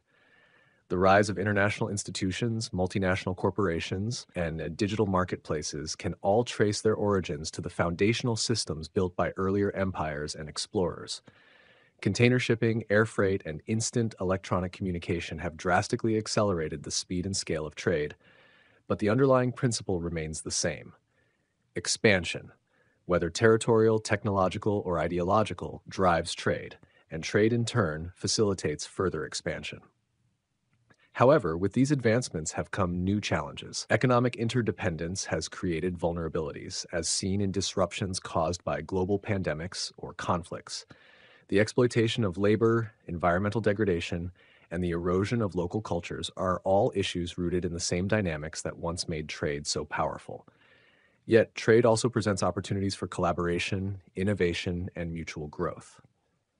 Modern trade agreements, economic unions, and global summits represent attempts to manage and regulate the complex web of exchange that connects today's world. In essence, the story of expansion and trade networks is the story of human civilization itself, of curiosity and ambition, of conquest and cooperation, of flourishing connections and painful imbalances. From the dusty caravan trails of the Silk Road to the bustling ports of the Indian Ocean, from the merchant ships of the Mediterranean to the digital exchanges of the 21st century, humanity's desire to explore, to connect, and to trade has been a defining force in shaping our world. This dynamic interplay has not only moved goods, but also transformed ideas, ideologies, and entire ways of life. And as we continue to expand into new frontiers, whether in space, in technology, or in cultural exchange, trade will likely remain at the heart of our shared journey forward. The New Kingdom and Egypt's imperial zenith. The New Kingdom of ancient Egypt, spanning roughly from 1550 to 1070 BCE, stands as the most dazzling and powerful chapter in the nation's long and storied history. It was during this period that Egypt transformed from a regional power centered along the Nile into an empire that projected its influence deep into the Near East and far into the southern territories of Nubia. The New Kingdom was not only an era of territorial expansion and military conquest, but also a golden age of wealth, architectural splendor, and cultural renaissance. As Egypt reached its imperial zenith, its pharaohs became legendary figures, not just rulers of a great kingdom, but symbols of divine authority and supreme military prowess. This era saw the emergence of some of Egypt's most iconic rulers, Thutmose III, Hatshepsut, Akhenaten, Tutankhamun, and Ramesses II, each of whom left an indelible mark on the country's legacy and the world's historical memory. The foundation of this new era of Egyptian dominance was laid by Ahmose I, who successfully expelled the Hyksos invaders from the Nile Delta. With this crucial victory, Egypt regained its autonomy and initiated a process of militarization that would become a defining feature of the New Kingdom. Pharaohs no longer remained confined to defensive postures. Instead, they adopted proactive and aggressive military campaigns, asserting dominance over neighboring regions and establishing Egypt as a force to be reckoned with in the ancient world. The pharaohs of the 18th dynasty, in particular, were relentless in expanding Egypt's borders. Their military exploits extended Egypt's control into the Levant and beyond, bringing immense wealth in the form of tribute, trade, and spoils of war. One of the most significant figures in this imperial transformation was Thutmose III, often referred to as the Napoleon of Egypt. His reign marked the high point of Egypt's military expansion. Through a series of no fewer than 17 campaigns into the Near East, Thutmose III brought vast territories under Egyptian control, including key cities in Syria and Palestine. His victories were not merely military conquests, but also strategic endeavors to control vital trade routes and secure economic prosperity. The wealth that poured into Egypt under his reign financed monumental building projects, including temples, obelisks, and statues that still awe modern observers. Hatshepsut, one of the few female pharaohs in Egypt's history, ruled with remarkable success and innovation. Though her reign was largely peaceful, it was no less significant in the context of Egypt's imperial zenith. Hatshepsut focused on consolidating internal stability and promoting international trade. Her most famous expedition to the land of Punt, a distant and mysterious trading partner, brought back exotic goods such as myrrh, incense, ebony, and gold, further enhancing Egypt's prosperity. She also commissioned grand architectural projects, most notably her mortuary temple at Deir el-Bahri, which stands as a masterpiece of ancient engineering and aesthetics. Her reign exemplifies a different kind of imperial power, one based on economic strength, cultural diplomacy, and internal cohesion. Despite the outward strength of the empire, the New Kingdom was also a time of complex religious and ideological shifts. The reign of Akhenaten brought dramatic changes that would reverberate through Egypt's spiritual and political fabric. Breaking with centuries of religious tradition, Akhenaten introduced a monotheistic worship centered on the sun disk Aten, sidelining the powerful priesthood of Amun and constructing a new capital city, Akhetaten, modern-day Amarna. Though his radical reforms were largely reversed after his death, the Amarna period offers a striking glimpse into the potential volatility beneath Egypt's imperial surface. It also reveals the intimate link between religious authority and royal power, a link that, when disrupted, could threaten the very foundations of the empire.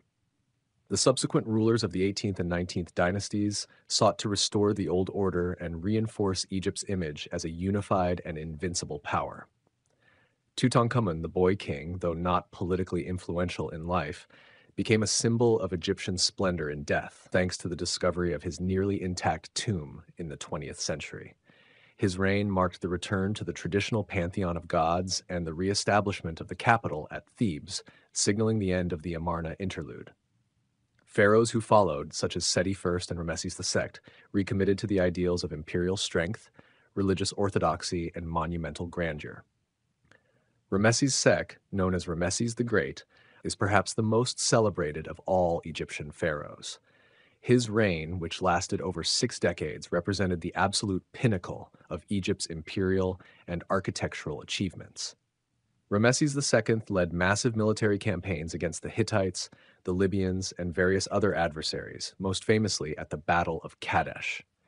Though the battle ended in a stalemate, it was followed by what is believed to be the first recorded peace treaty in history. This diplomatic feat, combined with his numerous military campaigns, reinforced his image as both a warrior and a statesman. Under his rule, Egypt undertook some of its most ambitious construction projects, including the temples at Abu Simbel, which were carved directly into the cliffs of Nubia and designed to awe all who entered Egypt's southern frontier. His legacy as a god king was so profound that later generations considered him the model of kingship, and he may have even inspired legends that reached beyond Egypt's borders. The wealth and grandeur of the New Kingdom were visible not only in its palaces and temples, but also in the Valley of the Kings, where pharaohs of this era were laid to rest in elaborately decorated tombs filled with treasures intended to accompany them into the afterlife. The construction of these tombs marked a shift from the pyramid complexes of earlier dynasties and reflected a new understanding of royal divinity, secrecy, and protection. Despite these precautions, tomb robbing became a common problem, hinting at the growing internal challenges and inequalities within Egyptian society, even at the height of its imperial power. Foreign policy during the New Kingdom was driven not only by military ambition, but also by an intricate web of diplomacy and marriage alliances. Pharaohs exchanged letters and gifts with rulers of the Hittites, Babylonians, Assyrians, and Mitanni, often using royal marriages to seal alliances. These international relationships reflect Egypt's role as a central player in the geopolitical order of the ancient Near East. However, such prestige came at a cost. Maintaining an empire across such vast distances required constant military readiness, administrative oversight, and resource allocation. The burdens of empire would eventually strain Egypt's economy and reveal cracks in its political structure. As the new kingdom drew to a close, signs of decline began to emerge. The later pharaohs, including those of the 20th dynasty, struggled with external invasions, internal corruption, and economic hardship.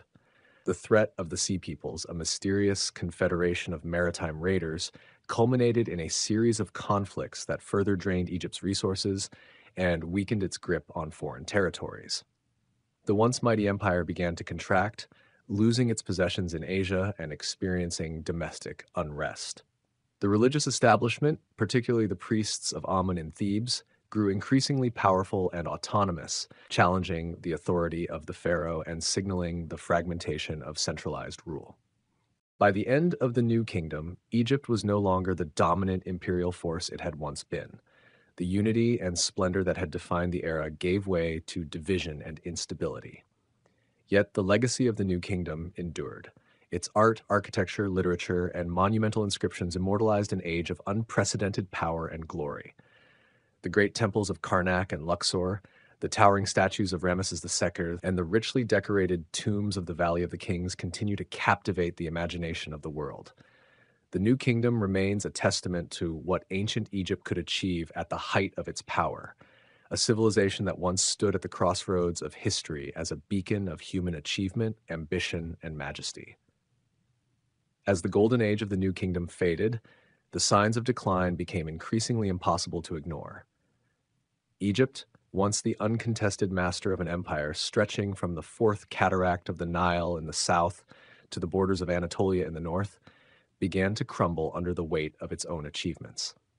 The very forces that had propelled Egypt to its imperial zenith, its military expansion, centralized bureaucracy, and the growing authority of the priesthood, now turned inward, becoming sources of tension, fragmentation, and eventual collapse. This slow descent into instability did not happen overnight, but unfolded over several generations, revealing the fragility of even the most seemingly invincible empires. The later pharaohs of the 19th and 20th dynasties faced a world that was increasingly volatile. Foreign powers, once subdued or awed by Egypt's might, began to rise again with renewed strength and ambition. The Hittite Empire, with whom Ramesses II had once signed a landmark peace treaty, faced internal troubles of its own, but remained a regional force until its abrupt collapse around 1200 BCE. Meanwhile, new threats began to emerge along the Mediterranean, a mysterious and destructive coalition known as the Sea Peoples. These raiders appeared with sudden and devastating impact, wreaking havoc along the coastlines of the eastern Mediterranean and toppling some of the most powerful civilizations of the time. For Egypt, the invasions of the Sea Peoples represented both a military and existential crisis. Ramesses III, one of the last truly effective pharaohs of the New Kingdom, mounted a strong defense against these invaders. His military campaigns, recorded with vivid reliefs at his mortuary temple in Medinet Habu, depict fierce naval battles and victorious defenses. Ramesses III managed to repel the Sea Peoples and maintain Egypt's sovereignty, but the cost of these campaigns was immense. The strain on Egypt's treasury, the disruption of trade, and the increasing reliance on mercenary forces revealed the diminishing strength of the central government. Though Egypt survived when other kingdoms fell, the scars of these conflicts left it permanently weakened. Internally, the power dynamics that had once been clearly centralized in the hands of the pharaoh began to erode. The priesthood of Amun, enriched by centuries of royal patronage, had become a potent and independent force. The temples of Amun, especially in Thebes, controlled vast tracts of land, wealth, and manpower. In many ways, the priests of Amun operated as a parallel authority to the royal court. Their growing influence created a power struggle that the later pharaohs were increasingly ill-equipped to manage. Some rulers attempted to curb this influence, but with little lasting success. Over time, this division of power led to fragmentation and the erosion of royal authority, contributing to the political instability that plagued the late New Kingdom. Economic troubles compounded the political fragmentation. The wealth that had once flowed freely into Egypt from tribute, conquest, and trade began to dry up.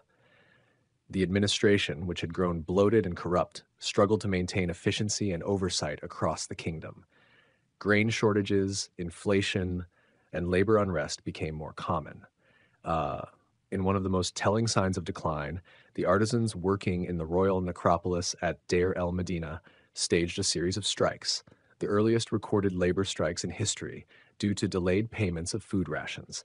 These events, small in scale, reflected a deeper rot within the system, as the state could no longer meet even its most basic obligations.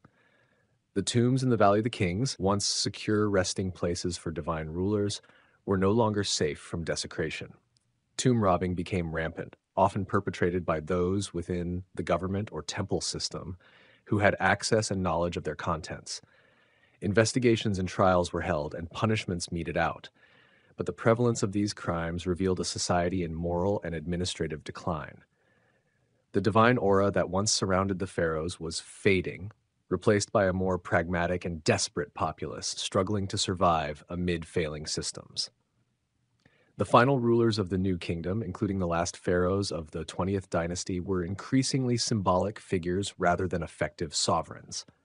Ramesses VI, the last pharaoh of the dynasty, presided over a fragmented state. The north and south of Egypt were effectively governed by separate powers. The pharaoh retained nominal control in the north, while the high priest of Amun wielded real power in the south. This bifurcation marked the end of the unified New Kingdom and the beginning of the Third Intermediate Period, a time of division, foreign invasions, and diminished influence on the world stage. Yet, even in its decline, the New Kingdom left behind a legacy that would endure far beyond the reign of its last pharaoh. Its architectural achievements, such as the great temples of Karnak, Luxor, and Abu Simbel, continued to inspire awe and devotion. The art and literature of the period, rich in symbolism and refinement, influenced generations to come. The historical records, meticulously inscribed on walls, obelisks, and papyri, preserved the memory of a civilization at its height, projecting a sense of grandeur that outlived its political and military dominance. Egypt's imperial zenith, achieved during the New Kingdom, was a moment of extraordinary human ambition and accomplishment. It was a time when a single civilization commanded the respect, fear, and admiration of an entire region. The pharaohs stood as divine intermediaries, the gods made flesh, presiding over a world where ritual, order, and authority were woven into the fabric of everyday life. But that same centralization of power, that same dependency on divine kingship and military expansion, eventually sowed the seeds of vulnerability. Empires rise and fall, and in Egypt's case, the fall was slow, complex, and filled with echoes of its past greatness. In the centuries that followed, Egypt would be ruled by Libyans, Nubians, Assyrians, Persians, Greeks, and Romans, each drawn by the enduring mystique and wealth of the land of the Nile. But none would forget the brilliance of the New Kingdom, a period when Egypt shone as a beacon of civilization and imperial power. Its memory lived on in stone, in myth, and in the imaginations of those who came after, a timeless testament to the heights humanity could reach and the fragility that forever shadows even the greatest of achievements. Akhenaten and the Amarna Revolution. In the annals of ancient Egyptian history, few figures stand out as radically as Akhenaten. His reign marks a dramatic departure from centuries of tradition, a revolutionary period that disrupted religious, artistic, and political norms. Born as Amenhotep IV, Akhenaten ascended to the throne during the 18th dynasty of Egypt's New Kingdom, a time of wealth, stability, and power. Yet, instead of maintaining the elaborate pantheon of Egyptian gods, he launched one of history's most astonishing spiritual revolutions. This was the Amarna Revolution, a short-lived yet deeply impactful era that would leave scholars and archaeologists fascinated for centuries. Upon assuming power, Akhenaten initially adhered to the traditional worship of Amun and the other gods of the Theban priesthood, but over time his religious vision began to shift. He introduced the worship of Aten, the sun disk, not just as a powerful deity within the pantheon, but as the sole divine force worthy of veneration. This move was not merely religious, it was political. By elevating Aten and reducing the power of the Amun priesthood, Akhenaten effectively centralized both spiritual and political authority in himself. He portrayed Aten not as a god among many, but as the singular source of all life, radiating energy and divine will directly onto the royal family. This radical monotheism was virtually unprecedented in Egyptian theology, and Akhenaten stood as the sole intermediary between Aten and the people. In a bold expression of this theological break, Akhenaten changed his name from Amenhotep, Amun is satisfied, to Akhenaten, meaning effective for the Eton. He abandoned the grand temples of Thebes and ordered the construction of a new capital city, Akhetaten, or Horizon of the Aten, which is known today as Amarna. This city, built almost overnight in the barren desert, became the focal point of his new regime. Everything about Amarna, from its architecture to its layout, was designed to reflect the principles of Aten worship. Open-air temples that allowed sunlight to reach the altars, buildings constructed hastily with sun-dried brick, and inscriptions praising the divine light of the sun disk. Art, too, underwent a dramatic transformation. The stylized and idealized depictions of pharaohs and gods that had dominated Egyptian art for centuries were replaced with more naturalistic, even exaggerated forms. Akhenaten was shown with elongated limbs, a protruding belly, narrow shoulders, and androgynous features. These portrayals puzzled early Egyptologists, prompting debate about whether they represented a medical condition or an intentional artistic choice. Most scholars now agree that this style was symbolic, meant to emphasize Akhenaten's unique role as a divine being, embodying both masculine and feminine qualities, a living reflection of the Aten's universal life-giving power. One of the most famous artistic motifs from this period shows Akhenaten, his queen, Nefertiti, and their daughters basking under the rays of Aten, which reach down like hands to touch them. These scenes are intimate, tender, and revolutionary in tone. Never before had the royal family been portrayed with such domestic vulnerability. These images suggest not only a new religious iconography, but also a new philosophy of kingship, one where the royal family was both physically and spiritually illuminated by the divine presence of Aten. Nefertiti played a particularly significant role during this time. Far from being a passive consort, she appears in many depictions engaging in religious rituals, standing alongside Akhenaten as an almost equal partner in the divine hierarchy. Some scholars have even speculated that she ruled alongside him as co-regent, or possibly even took power after his death under a different name. Her iconic bust, discovered in Amarna, remains one of the most enduring symbols of ancient Egypt's artistic legacy. Despite the fervor with which Akhenaten pushed his religious agenda, the Amarna revolution was met with considerable resistance. The priesthood of Amun, stripped of its influence and wealth, quietly awaited the pharaoh's demise. Common Egyptians, long accustomed to a vast pantheon of gods that governed every aspect of life, were likely confused or even alienated by this sudden shift to a single, abstract deity. Traditional cults continued to exist if underground or in reduced form, and it is unlikely that Atenism ever fully replaced Egypt's long-standing spiritual traditions outside the royal court and Amarna. As the years passed, Akhenaten grew increasingly isolated. He withdrew from the political and military affairs of the empire, focusing obsessively on religious matters. Foreign correspondence from the period, especially the Amarna letters, a cache of clay tablets discovered in the ruins of Akhetaten, reveal that vassal states and allies were growing anxious. They pleaded for military support and leadership as neighboring powers gained strength. But Akhenaten seemed either unwilling or unable to respond decisively, and Egypt's influence began to wane. When Akhenaten died, the Atenist experiment began to collapse almost immediately. His successor, a mysterious figure named Smenkhkare, ruled briefly and may have attempted to maintain some of Akhenaten's policies. But the real reversal began with the ascension of Tutankhaten, who soon changed his name to Tutankhamun, living image of Amun, signaling a return to traditional religious values. The capital was abandoned, the temples to Aten were dismantled, and Amarna itself was left to decay in the desert sun. The backlash against Akhenaten's rule was swift and thorough. His name and image were chiseled out from monuments, his statues smashed, and his memory condemned to oblivion in what the Egyptians called damnatio memoriae. Later pharaohs made great efforts to restore the old gods and present themselves as champions of Maat, the divine order Akhenaten had seemingly disrupted. The Amarna period was erased from official records and excluded from king lists. For centuries, it was as if Akhenaten had never existed. Yet, history has a way of resurrecting forgotten voices. In the 19th and 20th centuries, archaeologists uncovered the ruins of Amarna, revealing a trove of information about this brief but transformative era. The art, the letters, and the architecture told the story of a man who dared to reimagine the spiritual foundations of one of the world's oldest civilizations. Whether Akhenaten was a heretic, a visionary, or a misguided idealist remains a matter of debate, but his impact on the course of Egyptian history is undeniable. The Amarna Revolution, though short-lived, challenged the very core of Egyptian identity. It questioned the multiplicity of gods, redefined the role of the pharaoh, and temporarily reoriented the visual and spiritual language of a civilization that prided itself on stability and continuity. Even in its failure, it revealed the powerful intersection between religion and politics, and how deeply entrenched institutions can resist even the most passionate reforms.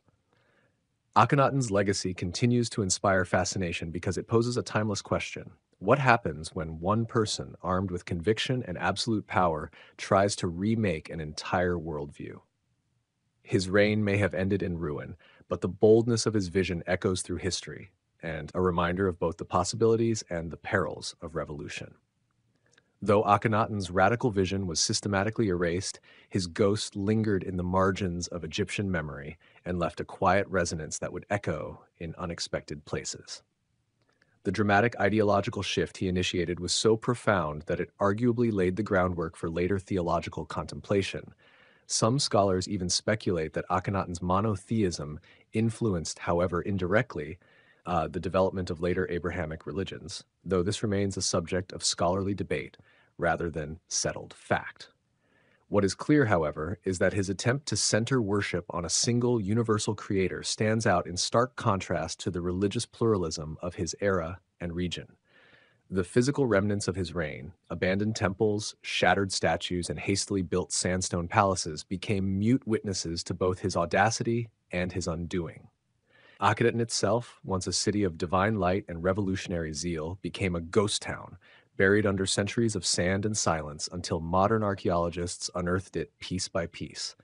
These discoveries, particularly the Amarna letters, provided not only insight into his reign, but also a rare window into the diplomatic workings of the late Bronze Age Near East, with messages to and from rulers in Babylon, Assyria, and Canaan.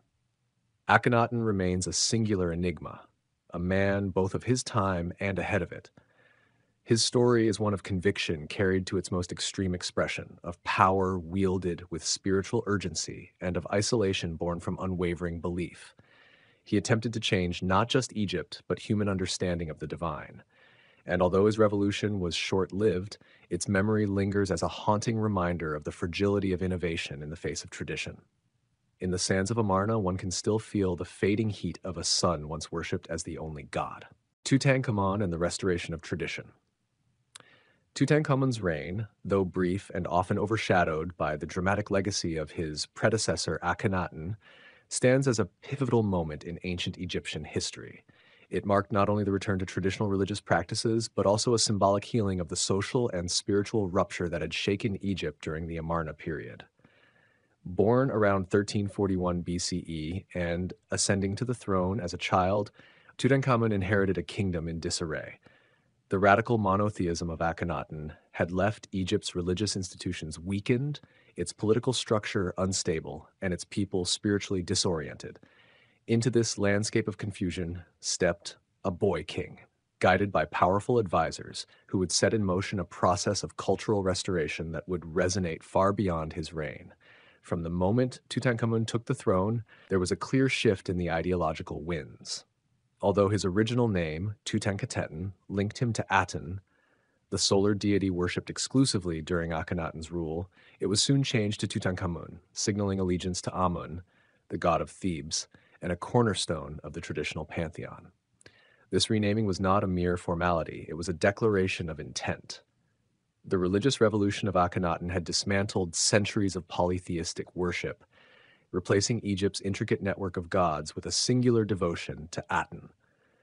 Temples had been closed, priests dismissed, and the capital itself moved to a new city, Akhetaten. In choosing to restore the worship of Amun and other deities, Tutankhamun and his court sought to mend the spiritual fabric of Egyptian society. Guided by influential figures like A, his eventual successor, and Horemheb, a military commander with future royal ambitions, the young pharaoh began the delicate task of reversing his father's policies. Temples dedicated to the traditional gods were reopened, and construction resumed at religious sites that had been abandoned or defaced under Akhenaten's rule. Massive efforts were made to rebuild the priesthoods and reestablish the rituals that had been the cornerstone of Egyptian spiritual life for millennia. This was more than just religious policy. It was a strategic move to stabilize the kingdom by reuniting its people under a shared cosmology and cultural memory. Despite his youth and the brevity of his reign, likely less than a decade, Tutankhamun's administration initiated substantial building projects. Though many were modest compared to those of Egypt's great kings, they were nonetheless vital acts of restoration. In Karnak and Luxor, inscriptions once again honored the gods of old, and statues and reliefs depicted the pharaoh in the traditional role of divine intermediary. These efforts were not only religious, but deeply political.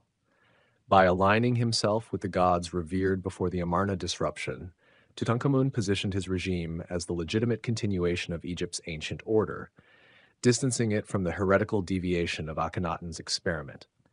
Moreover, royal decrees were issued condemning the actions of Akhenaten and his immediate successors. Their monuments were defaced, names erased, and histories rewritten in an orchestrated attempt to remove them from official memory, a form of damnatio memoriae. This historical erasure was a powerful tool in ancient Egypt, where memory and legacy were deeply entwined with immortality. By erasing Akhenaten from monuments and records, Tutankhamun's regime was not only restoring the old gods, but ensuring that the ideological threat he posed would not persist into the afterlife of the Egyptian state. In terms of administration, there was a notable effort to centralize power once again in traditional strongholds like Thebes. The capital, which had been moved to Akhetaten by Akhenaten, was gradually abandoned in favor of older centers of power. This move further emphasized the rejection of Akhenaten's legacy and the embrace of Egypt's long-standing traditions. While it's clear that Tutankhamun did not rule independently, his youth necessitated reliance on his advisors, his reign became a canvas upon which these figures painted the revival of Egypt's cultural identity. Tutankhamun himself, though likely a figurehead in many respects, was used as a symbol of continuity and divine favor. Art from his reign reflects a return to traditional styles, with pharaonic imagery that emphasizes balance, harmony, and divine order. The delicate lines and abstract forms of Amarna art gave way to the more formal and symmetrical style of earlier dynasties.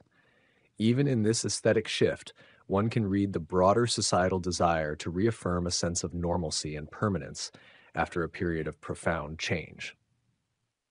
Despite these considerable efforts at restoration, Tutankhamun's reign was not one of monumental achievement in the traditional sense.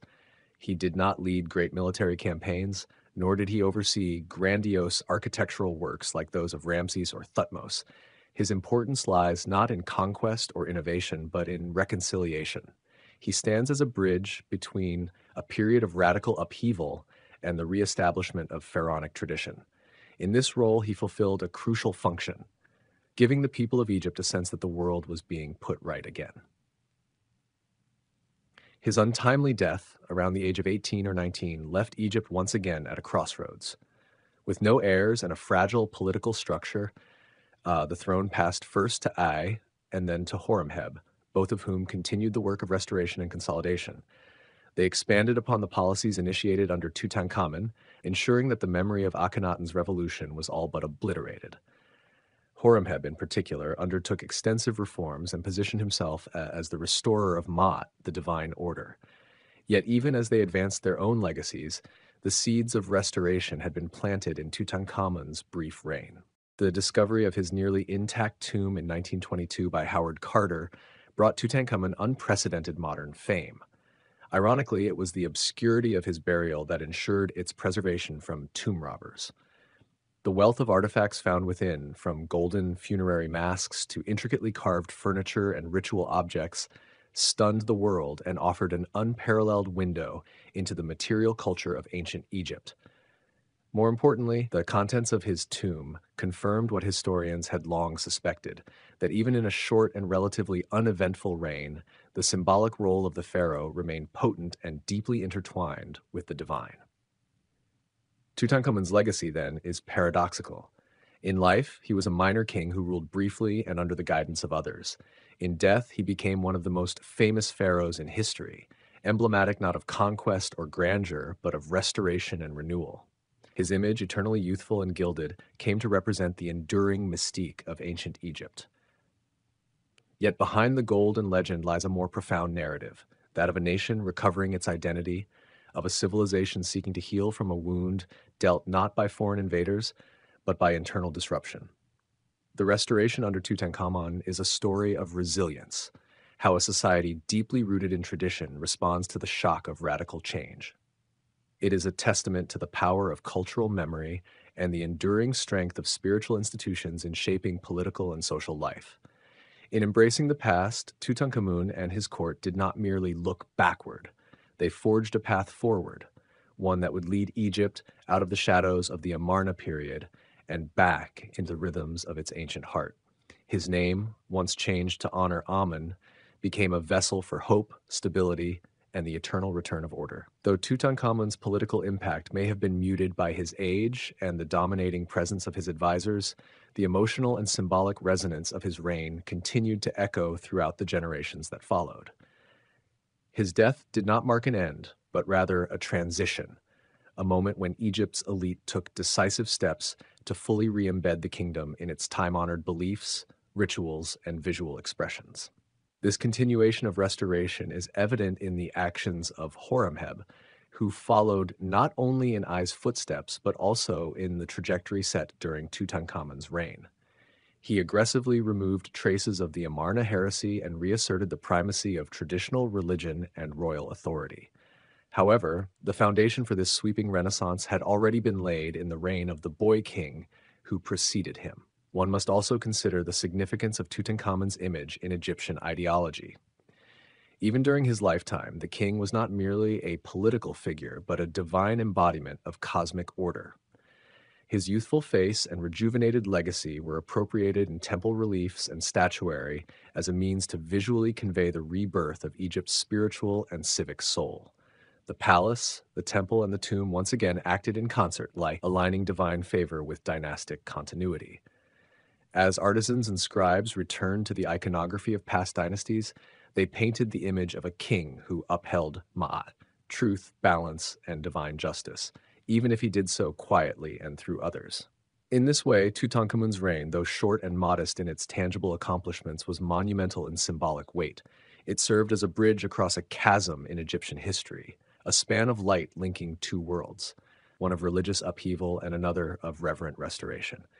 His legacy is not measured in conquests or colossal temples, but in healing a fractured civilization and reigniting the ancient flame of tradition that had always guided the Nile's eternal rhythm. Decline of the New Kingdom.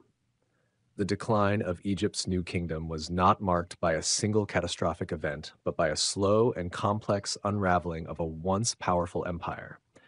The period that had brought Egypt its greatest territorial expansion, immense wealth, and architectural brilliance began to falter under the weight of internal strife, external threats, and deep economic stress.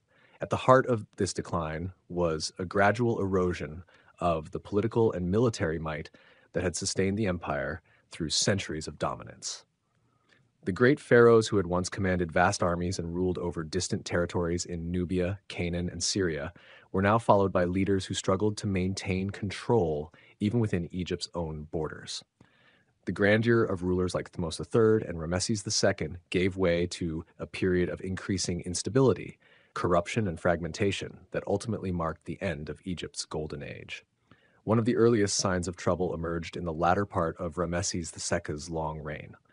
Though celebrated as one of Egypt's most powerful and enduring pharaohs, the immense resources required to sustain his military campaigns, monumental construction projects, and vast administration strained the empire's economy. His successors inherited a system that was already under financial pressure. The lavish lifestyle of the court, the dependency on foreign tribute, and the cost of maintaining a large standing army proved unsustainable. Over time, Egypt's ability to exert control over its foreign possessions weakened, and rival powers such as the Hittites, Assyrians, and later the Sea Peoples began to test the boundaries of Egyptian strength. The arrival of the Sea Peoples in the eastern Mediterranean brought a wave of destruction that many contemporary civilizations struggled to withstand. Egypt faced several invasions, particularly during the reign of Ramesses III, who managed to repel them in dramatic fashion. But even his victories were Pyrrhic. The toll of constant warfare left Egypt exhausted and bleeding from within. The economy further deteriorated under the weight of war expenses, crop failures, and inflation. Food shortages became more frequent, and administrative systems began to falter. A revealing window into this turmoil comes from the famous strike at Deir el-Medina, where laborers building royal tombs halted work to protest unpaid wages and insufficient rations. It was one of the earliest recorded labor strikes in history, and a symbol of a system straining to maintain even its most sacred institutions. Corruption also spread through the once efficient bureaucracy.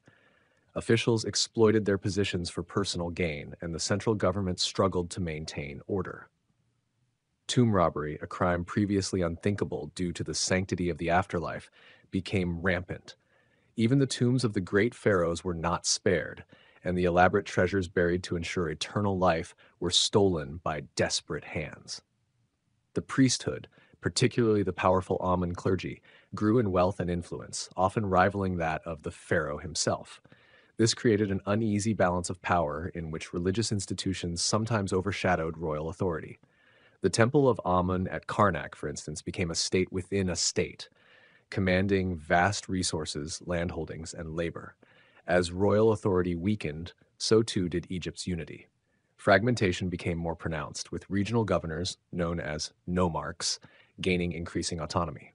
In Upper Egypt, Theban priests essentially ruled as kings, while in Lower Egypt, the Delta region became contested and unstable. Foreign influence also crept in. Libyan tribes had long settled in the western delta, and over time, their leaders began to assert political power. These Libyans were not simply invaders. Many had lived in Egypt for generations and had been incorporated into the army and civil administration. Eventually, one such group would rise to form the 22nd dynasty, marking a clear departure from the centralized power of earlier dynasties. The third intermediate period that followed the decline of the New Kingdom was marked by deep disunity, foreign intervention, and constant power shifts. Pharaohs became more symbolic than authoritative. While some, like Ramesses V, attempted to reassert control, they lacked the military strength or popular support to reverse the tide. The once great Egyptian empire was now a collection of semi-autonomous regions, often ruled by local dynasts, priests, or foreign powers. The royal court itself became a shadow of its former majesty, with puppet kings propped up by factions or external allies. Trade, once a pillar of Egypt's wealth, also suffered greatly. The disruption of overland routes due to wars in the Near East and the decline of foreign colonies meant that the flow of luxury goods slowed to a trickle. Gold from Nubia, incense from Punt, cedar from Lebanon, these precious imports dwindled. With them went the prestige and economic leverage of Egypt's elite. The weakening of these international networks left Egypt increasingly isolated. While earlier pharaohs had boasted of their influence from the Euphrates to the Fourth Cataract, later rulers were hard-pressed to assert control beyond their own city walls.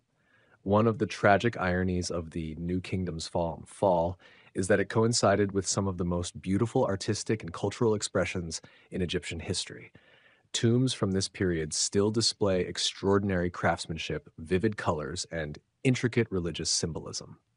Yet these monuments were increasingly hollow tributes to a dying order, constructed as the very foundations of the state crumbled.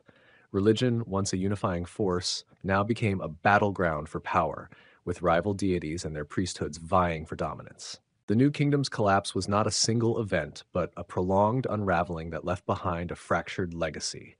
It revealed the dangers of overextension, the corrosive effects of internal corruption, and the vulnerability of even the most formidable empires to environmental, economic, and social stress. Egypt did not vanish overnight. It continued to exist, but as a shadow of its former self, vulnerable to foreign domination, including by Nubians, Assyrians, Persians, Greeks, and eventually Romans. Each wave of invaders left its mark, but none could erase the memory of the age when Egypt stood as the unrivaled power of the ancient world. Even in its decline, the New Kingdom exerted a long-lasting influence on the imagination of future civilizations. Its architecture, religious thought, and artistic achievements became symbols of lost grandeur. Later dynasties, including the Ptolemies and even Roman emperors, would look back to this era with reverence, imitating its style and mythology to legitimize their own rule. The echoes of Egypt's former glory continued to resonate through temples, obelisks, and inscriptions scattered from Nubia to the Mediterranean coast. In the final analysis, the decline of the New Kingdom offers a sobering lesson in the fragility of greatness. It serves as a reminder that no empire, no matter how powerful, can escape the consequences of neglecting the balance between ambition and sustainability. Political wisdom, social cohesion, economic resilience, and environmental awareness must go hand in hand. For Egypt, the loss of that equilibrium meant the end of an era. What remained was the haunting beauty of its ruins, the whispered stories in faded hieroglyphs, and the enduring mystery of a civilization that once commanded the known world and then quietly faded into history. As the New Kingdom faded, its legacy became one of both awe and melancholy, a civilization that had touched the heights of power and influence, but gradually succumbed to the relentless forces of time and change. The remnants of its decline are not just in the broken statues or weathered walls of temples, but in the historical silence that followed its final rulers. With the passing of the 20th dynasty, Egypt no longer dictated the terms of power in the ancient world. It responded to them. The balance had shifted, and where once envoys from foreign lands had bowed to the majesty of the pharaoh, now Egypt found itself entangled in diplomatic games for survival, often seeking favor from emerging powers rather than commanding obedience. Perhaps one of the most profound shifts was the transformation of kingship itself. The pharaoh, once seen as a living god, the divine intermediary between the heavens and the earth, was now reduced to a more earthly figure. The aura of invincibility that had shielded the monarchy eroded under the weight of foreign invasions, internal betrayals, and economic ruin. This changing perception seeped into the culture and literature of the time, as texts from the late New Kingdom and early Third Intermediate Period reflected growing anxiety, uncertainty, and even cynicism about leadership and divine order. Myths once steeped in triumph now took on tones of struggle, disorder, and loss. And yet, amidst this decline, there was a quiet endurance. Egypt would reinvent itself time and again, adapting to new rulers, new gods, and new political realities. The memory of the New Kingdom remained a beacon, both a warning and a source of pride. Though the empire had crumbled, the civilization it built did not vanish. It lived on in stone, in story, and in the reverence of all who gazed upon its monuments and felt the echo of eternity. The Third Intermediate Period. The story of ancient Egypt did not follow a straight path of uninterrupted glory. After the grandeur of the New Kingdom, Egypt began to slide into a prolonged era of political fragmentation, internal conflict, and weakened central authority. This turbulent chapter in Egyptian history is known as the Third Intermediate Period, spanning roughly from 1069 BCE to 664 BCE. It was a time when the once mighty pharaonic institution was challenged by local warlords, powerful priesthoods, and foreign invaders. The centralized state fractured into multiple power centers, each vying for dominance in a landscape marked by shifting loyalties and faded imperial ambitions. And yet, Within this long shadow of decline, Egypt continued to demonstrate its resilience, adapting to new realities, negotiating cultural transformation, and finding moments of resurgence amidst the chaos. The decline of the New Kingdom created a vacuum of power, and into that void stepped the high priests of Amun in Thebes, who began to exercise considerable influence in Upper Egypt.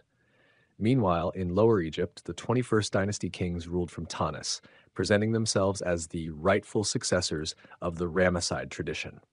However, their authority was tenuous, largely ceremonial, and heavily dependent on political compromise with the Theban priesthood. Egypt, for the first time in centuries, was effectively split into two spheres of influence, one ruled by a pharaoh in name, the other by a priesthood that held actual power.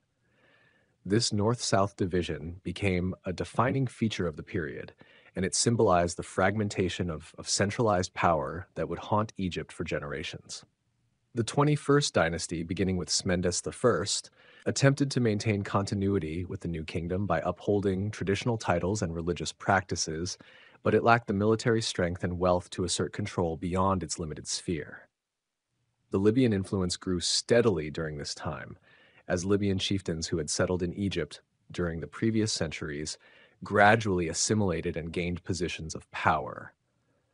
These Libyans, originally viewed as outsiders, eventually became Egypt's rulers. By the time of the 22nd dynasty, the pharaohs themselves were of Libyan descent, such as Shoshenq I, who founded the dynasty and made efforts to reassert centralized control. Shoshenq I stands out as a rare figure of consolidation in a period otherwise marked by disunity. A capable military leader, he conducted campaigns into the Levant and sought to reestablish Egypt's waning prestige. His efforts were even recorded in biblical texts, where he is identified as Shishak, the Egyptian king who attacked Jerusalem. Shoshenq's reign marked a brief revival, but it was short-lived. Upon his death, the centrifugal forces of the era resumed their dominance, and Egypt again descended into division, with rival branches of the royal family controlling different regions.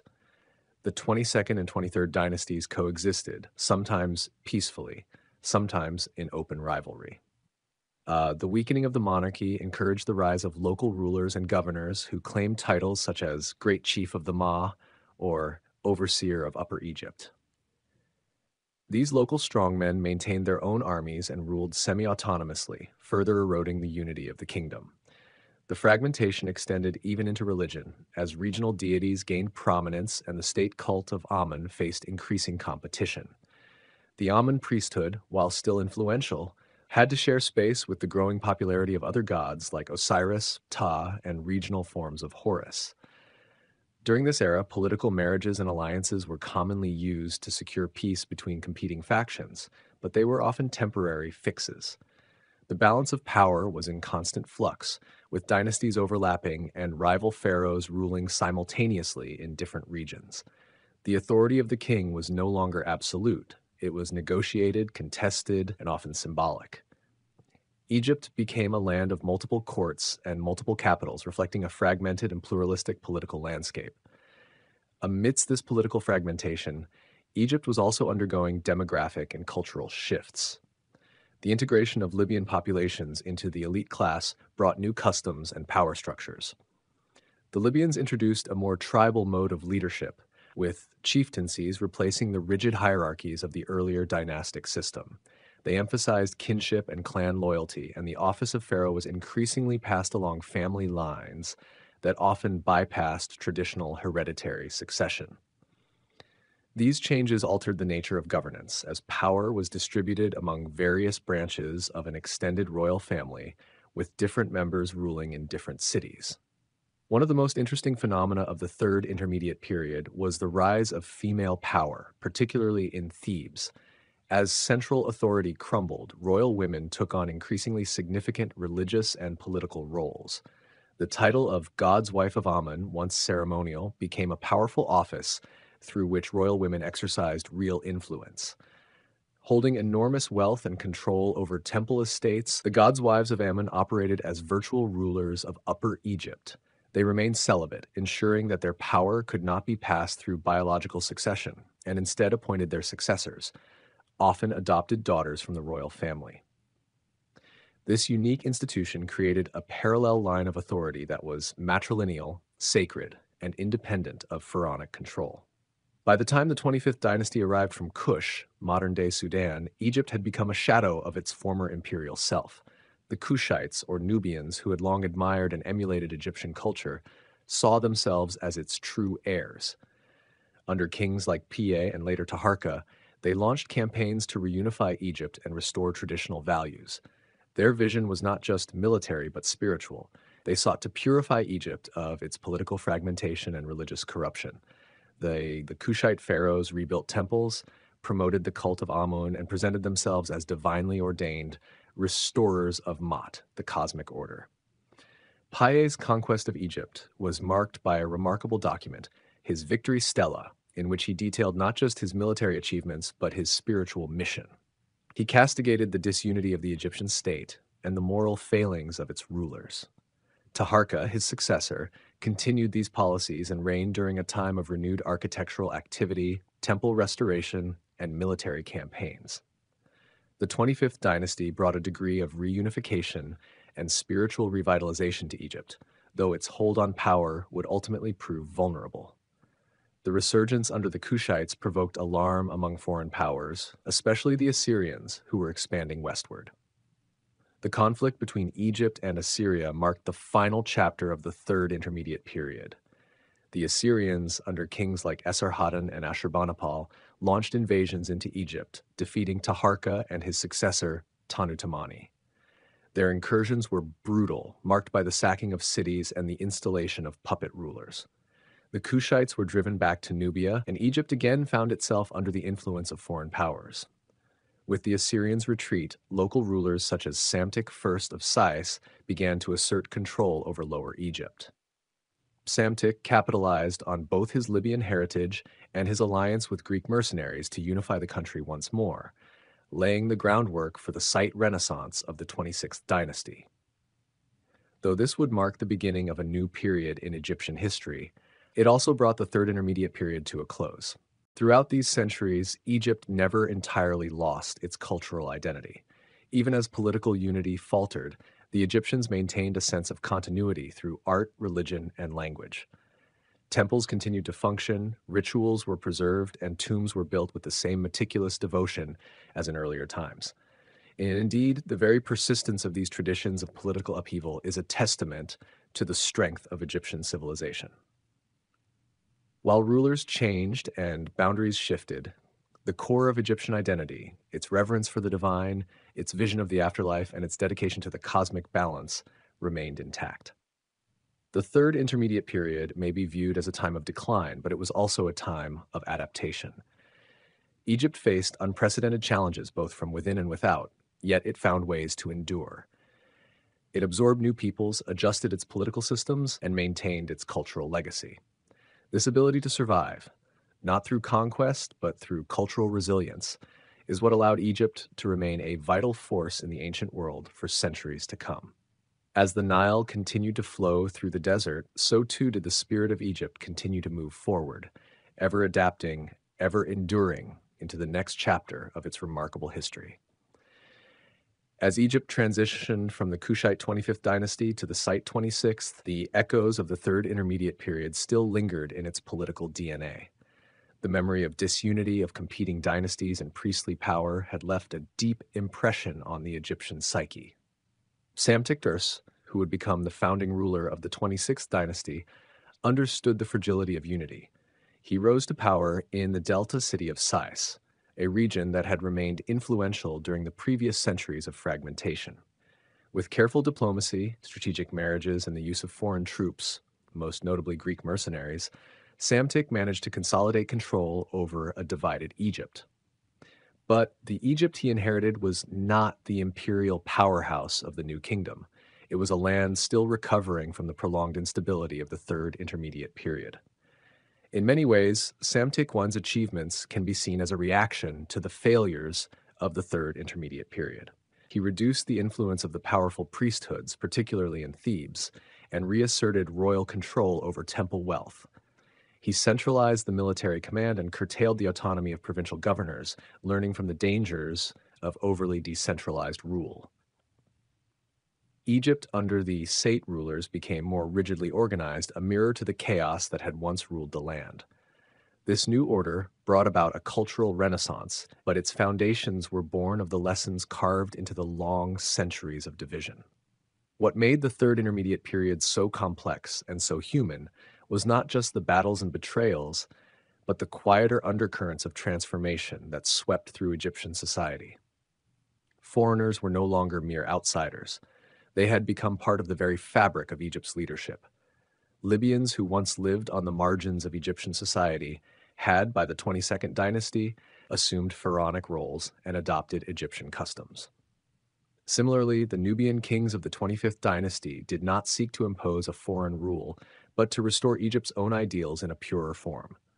The lines between Egyptian and foreigner became blurred, and Egypt itself evolved as a civilization, not through conquest, but through synthesis. This hybridization was not always smooth. Resistance to foreign dynasties persisted, especially among the elites of Thebes and Memphis, who viewed the Libyan and Nubian rulers with suspicion. Yet even in resistance, there was adaptation. The Libyans introduced new military structures, including a more prominent use of cavalry, which had not been widely adopted in earlier Egyptian warfare. The Nubians, for their part, reinvigorated traditional art and architecture, reviving old kingdom styles and temple layouts that had long fallen out of favor. It was as though, in looking backward, these rulers were also trying to stabilize the present. Religiously, the period was one of both innovation and conservatism. Amun remained supreme in Thebes, but his priests were no longer the untouchable overlords they had been in the early 21st dynasty. The diffusion of power allowed regional cults to flourish. Local deities like Khonsu, Bastet, and Neith received more focused patronage, often from local rulers who saw divine endorsement as a means of legitimizing their fragile authority. The role of oracles grew in political importance during this time. Decisions regarding succession, temple appointments, and even military campaigns were sometimes justified by divine pronouncements made through priestly rituals. This suggests a society seeking certainty and order in a world that had become deeply unstable. Economically, the Third Intermediate Period reveals a mixed picture. While Egypt lost control over foreign territories and experienced disruptions in trade routes, there were still signs of internal prosperity. The temple estates in Thebes and elsewhere managed substantial agricultural production. Craftsmen continued to create elaborate tombs, coffins, and jewelry, although often on a more localized scale than in previous eras. There was a democratization of burial practices. More people from non-elite backgrounds were able to afford afterlife preparations, indicating that wealth was not entirely concentrated in royal hands. Tomb inscriptions from this period often reflect personal piety, devotion to specific deities, and concerns about moral purity, underscoring the growing importance of individual religious expression. The artistic style of the period is particularly telling. In earlier dynasties, art was characterized by formalism, grandeur, and a rigid adherence to canonical proportions. During the Third Intermediate Period, however, art became more fluid and expressive. While some statues and reliefs harkened back to the glories of earlier times, others revealed regional styles and more personal, even vulnerable, portrayals of the human form. This blend of nostalgia and innovation speaks volumes about the cultural psychology of the time, an Egypt that both mourned its lost glory and tried to redefine its identity. One of the most remarkable aspects of the period is how it was viewed by later Egyptians. The Seti rulers of the 26th dynasty portrayed themselves as restorers and reformers. They looked back at the Third Intermediate Period as a cautionary tale, an age of decline, of broken piety, and fragmented rule. But the reality was more nuanced. The Third Intermediate Period, though chaotic, was also a time of experimentation, resilience, and cultural fusion. It may not have produced the colossal monuments of earlier ages, but it preserved the spiritual and artistic continuity of Egypt in quieter, more intimate ways. Even the perception of time shifted during this era. The grand cyclical view of history, where each king ensured cosmic balance, gave way to a more fractured sense of temporal flow. Dynasties overlapped, regnal years were counted differently in various parts of the country, and multiple calendars sometimes coexisted. This temporal confusion mirrors the political fragmentation of the period, a land divided not just in space, but in time itself. The careful record-keeping of earlier periods was replaced with layers of ambiguity, making the historian's task especially challenging, yet also deeply fascinating. In the end, the Third Intermediate Period was less about decline than it was about transition. Egypt was no longer the solitary giant of the ancient world. Other powers, Assyria, Babylonia, Kush, and eventually Persia, would rise and challenge its supremacy. But Egypt's ability to endure, to reinterpret itself through each crisis, ensured its survival.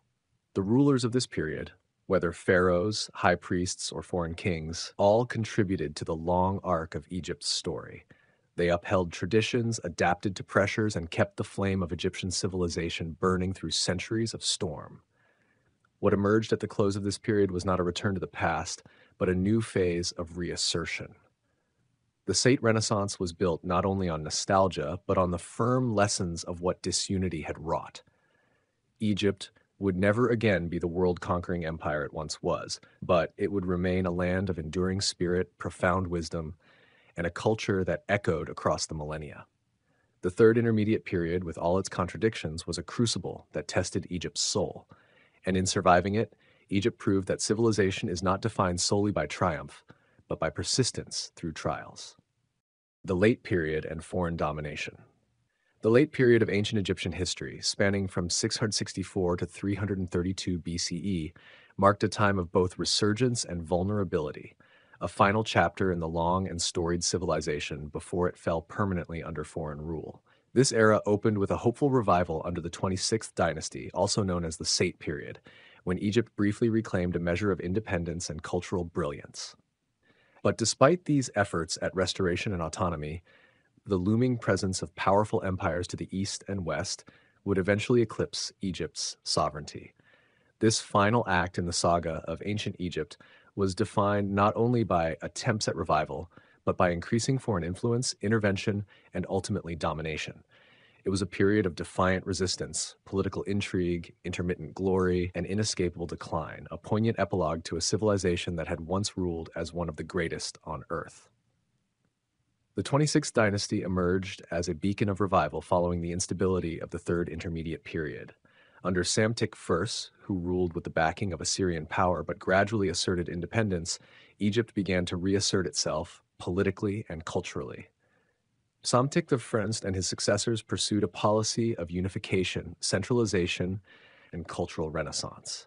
They encouraged the study of older texts, reinvigorated traditional artistic styles, and reopened temple schools, aiming to return Egypt to its former grandeur. Sais, the capital city, became a vibrant intellectual and religious hub. Despite the outward appearance of stability and resurgence, however, Egypt remained acutely aware of its fragile position amid growing external threats. The increasing military reliance on foreign mercenaries, especially Greeks and Libyans, reflected a weakening internal structure, even as outward expressions of pharaonic strength were proudly displayed. The Saite kings skillfully navigated their relationships with the growing powers of the Mediterranean, especially the Greeks, whose presence in Egypt expanded during this time. Greek mercenaries were employed in the Egyptian army, and trade between Egypt and the Aegean world flourished. Naucratis, a Greek trading post in the Nile Delta, became a symbol of this cultural exchange. This strategic diplomacy with foreign powers allowed Egypt to enjoy a final flourishing period of relative peace and economic growth.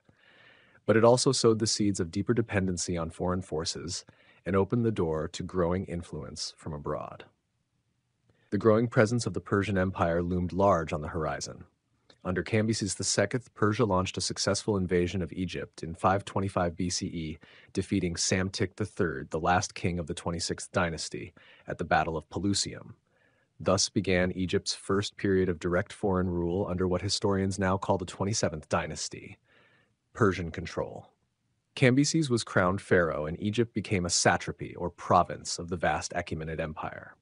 This marked a critical turning point in Egyptian history, as it represented the first time Egypt was ruled not by native kings but by a foreign emperor who governed from afar. The Persian occupation was deeply unpopular among many Egyptians.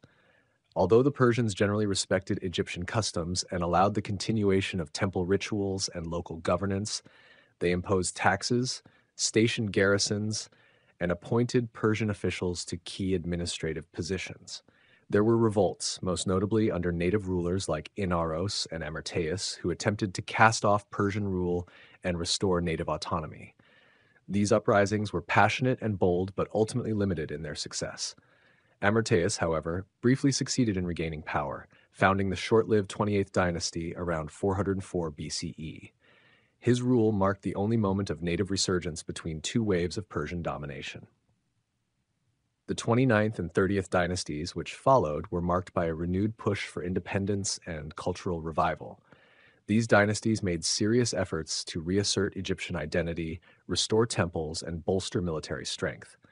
But despite their determination, internal divisions, economic constraints, and the overwhelming power of Persia rendered these attempts fragile. Nectanebo II, the last pharaoh of native Egyptian descent, ruled with great ambition, commissioning large-scale temple constructions and revitalizing the religious traditions of the land. Yet his efforts were not enough to stem the tide of foreign power. In 343 BCE, Artaxerxes III of Persia reconquered Egypt, marking the beginning of the Second Persian period. This second phase of Persian domination was even more resented than the first. Artaxerxes III brutally suppressed Egyptian resistance, looted temples, and imposed harsh penalties on the priesthood and local elites. The Achaemenid governors were more direct in their control, and Persian military presence became deeply entrenched. The spiritual heart of Egypt, so long linked with native kingship and divine legitimacy, was increasingly undermined by this foreign presence. Temples that once stood as beacons of eternal order and cosmic balance were now symbols of subjugation. The dream of a restored and independent Egypt was quickly slipping beyond reach, but the wheel of empire continued to turn. As the Persian Empire began to falter in the face of growing unrest and external threats, a new power emerged in the West, one that would change the course of Egyptian history forever. In 332 BCE, Alexander the Great, having conquered much of the known world, arrived in Egypt. To the Egyptians, Alexander was not merely a foreign invader. He was seen by many as a liberator from Persian oppression. He entered Egypt with little resistance and was welcomed as a divine figure. In a gesture both politically shrewd and symbolically profound, Alexander visited the Oracle of Amun at Siwa Oasis, where he was proclaimed the son of Amun. This act further solidified his legitimacy in the eyes of the Egyptian priesthood and populace. Though Alexander's rule over Egypt was brief, he died just a decade later in Babylon, his arrival marked the official end of Egypt's late period and ushered in the beginning of Hellenistic rule. After Alexander's death, his general Ptolemy seized control of Egypt and founded the Ptolemaic dynasty. Although this dynasty was foreign in origin, the Ptolemies adopted many aspects of Egyptian religion, iconography, and tradition to legitimize their rule. Yet, at its core, Egypt would never again be ruled by native kings. The age of the pharaohs, once a beacon of timeless continuity, was now relegated to memory. The late period was thus a time of duality, revival and erosion, resilience and submission, identity and transformation.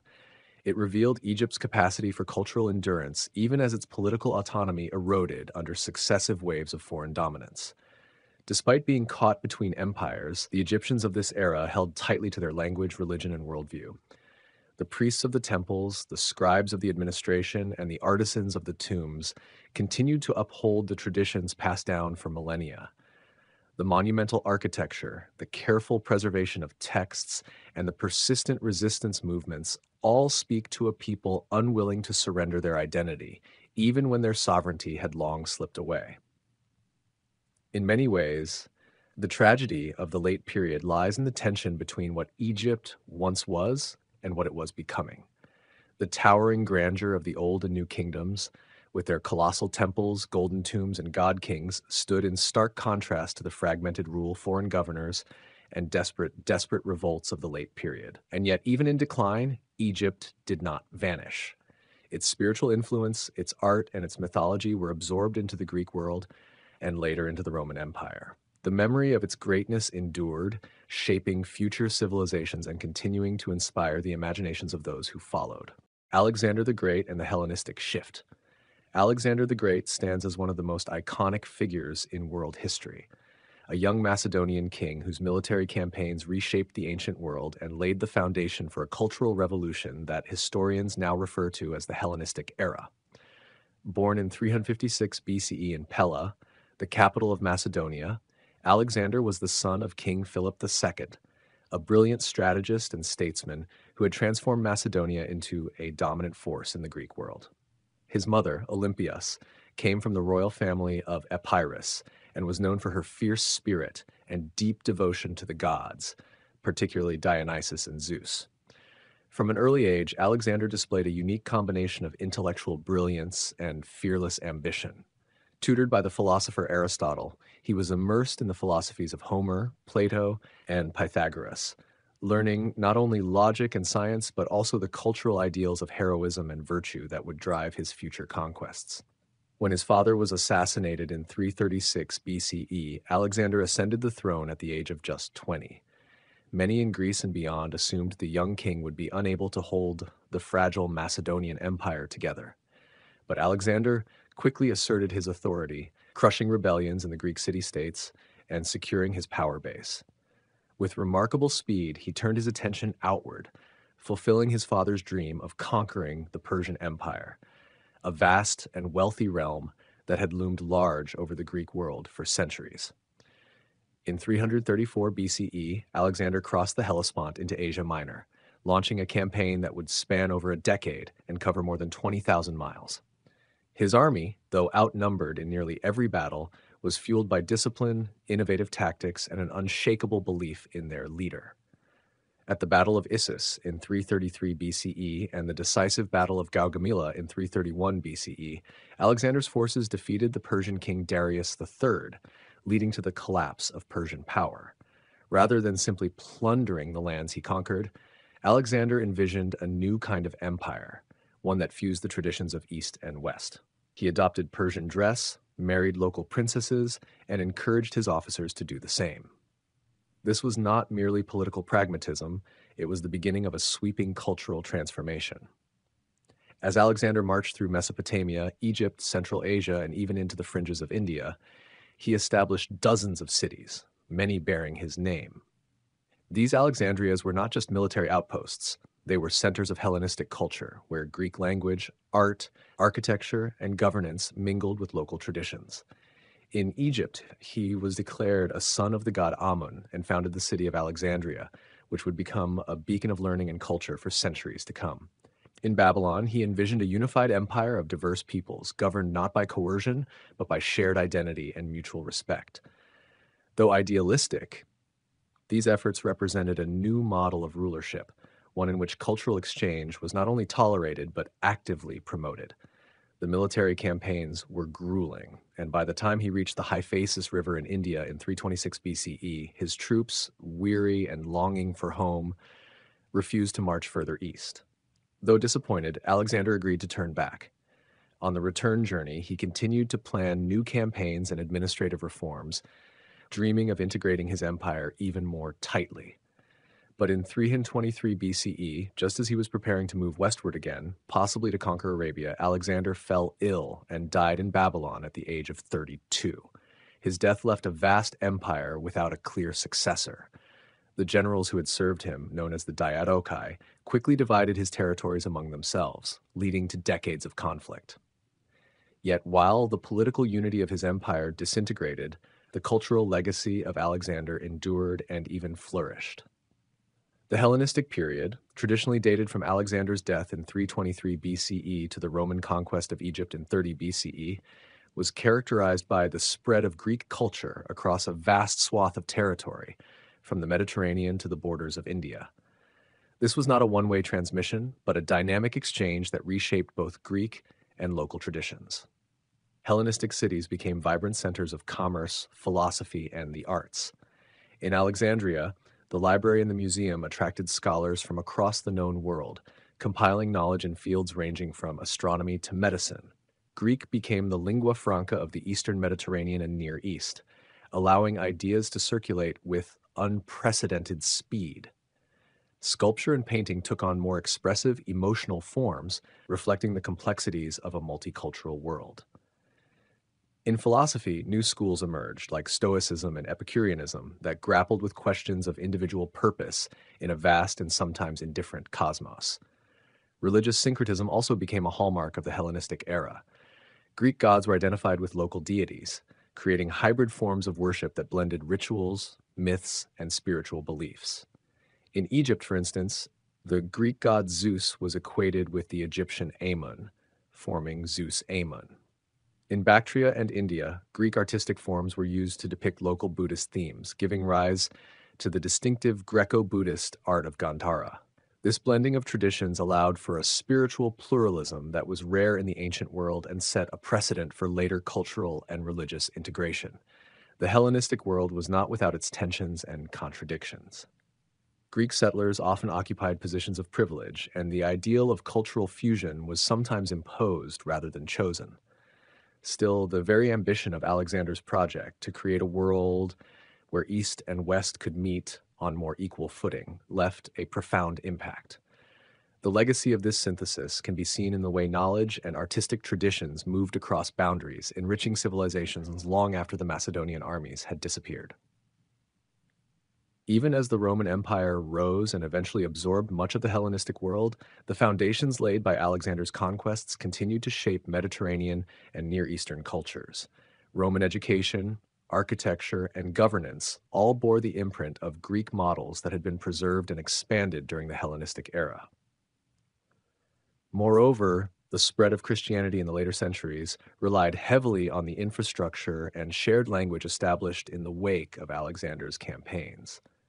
The Gospels, for instance, were written in Greek and circulated widely through former Hellenistic territories, where cultural and religious diversity had already become the norm. Alexander himself became a legend, admired by emperors, emulated by generals, and immortalized in countless stories, from Persian epics to medieval European romances. To many, he was a military genius and a visionary.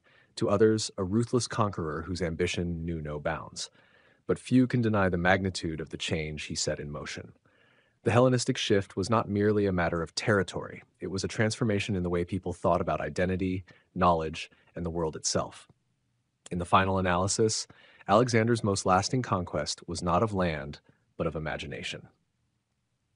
He dared to envision a world that transcended tribal, linguistic, and national barriers, and although his empire did not endure politically, the cultural fusion he initiated left an indelible mark on history.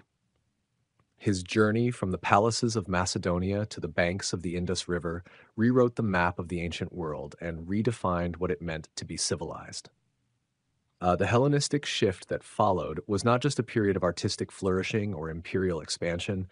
It was a fundamental reorientation of human thought, laying the groundwork for a more interconnected and pluralistic world. The Roman conquest of Egypt. In the waning days of ancient Egypt's sovereignty, a new power was rising on the horizon, one that would alter the destiny of the Nile and bring the ancient civilization under foreign rule for the final time. The Roman conquest of Egypt was not just a military annexation. It was the climax of political manipulation, dynastic intrigue, and global imperial ambition. At the heart of this seismic shift in Mediterranean history stood figures as iconic as Julius Caesar, Cleopatra VII, and Mark Antony, names that echo through time not only for their personal dramas, but for the lasting consequences they brought upon Egypt. By the 1st century BCE, Egypt was already a kingdom in decline. The Ptolemaic dynasty, founded by one of Alexander the Great's generals, had grown increasingly unstable, both politically and economically. The once glorious land of the pharaohs had become a pawn in the power struggles of its own rulers, who frequently engaged in brutal contests for the throne. Cleopatra VII, one of the most astute and formidable leaders of this dynasty, rose to power amid this chaos. She was not only deeply educated in Egyptian and Greek traditions, but was also politically shrewd and exceptionally aware of the broader forces shaping the Mediterranean world. As Rome expanded eastward, its influence began to seep into Egypt's internal affairs. Rome saw Egypt as both a wealthy prize and a strategic necessity. The grain supplies of the Nile were essential for feeding the swelling population of Rome, and the port of Alexandria served as a gateway to the eastern Mediterranean and beyond. Egypt's natural resources and geographic location made it too valuable for any world power to ignore. But rather than conquering by force at first, Rome used diplomacy, leverage, and occasionally military pressure to assert its influence, especially through the manipulation of dynastic disputes. Cleopatra's reign marked a critical intersection between Egyptian independence and Roman dominance. Her famous liaison with Julius Caesar was not merely a love story, but a political alliance aimed at securing her position on the throne. When Caesar arrived in Egypt in 48 BCE, it was ostensibly to chase down his rival Pompey during Rome's civil war. Instead, he became embroiled in Egypt's own royal feud between Cleopatra and her brother Ptolemy XIII. Cleopatra, aware of Caesar's power and ambition, saw an opportunity. According to legend, she had herself smuggled into Caesar's presence wrapped in a carpet, a theatrical gesture that initiated a relationship with far-reaching consequences. Caesar sided with Cleopatra, helping her defeat her brother and secure her rule.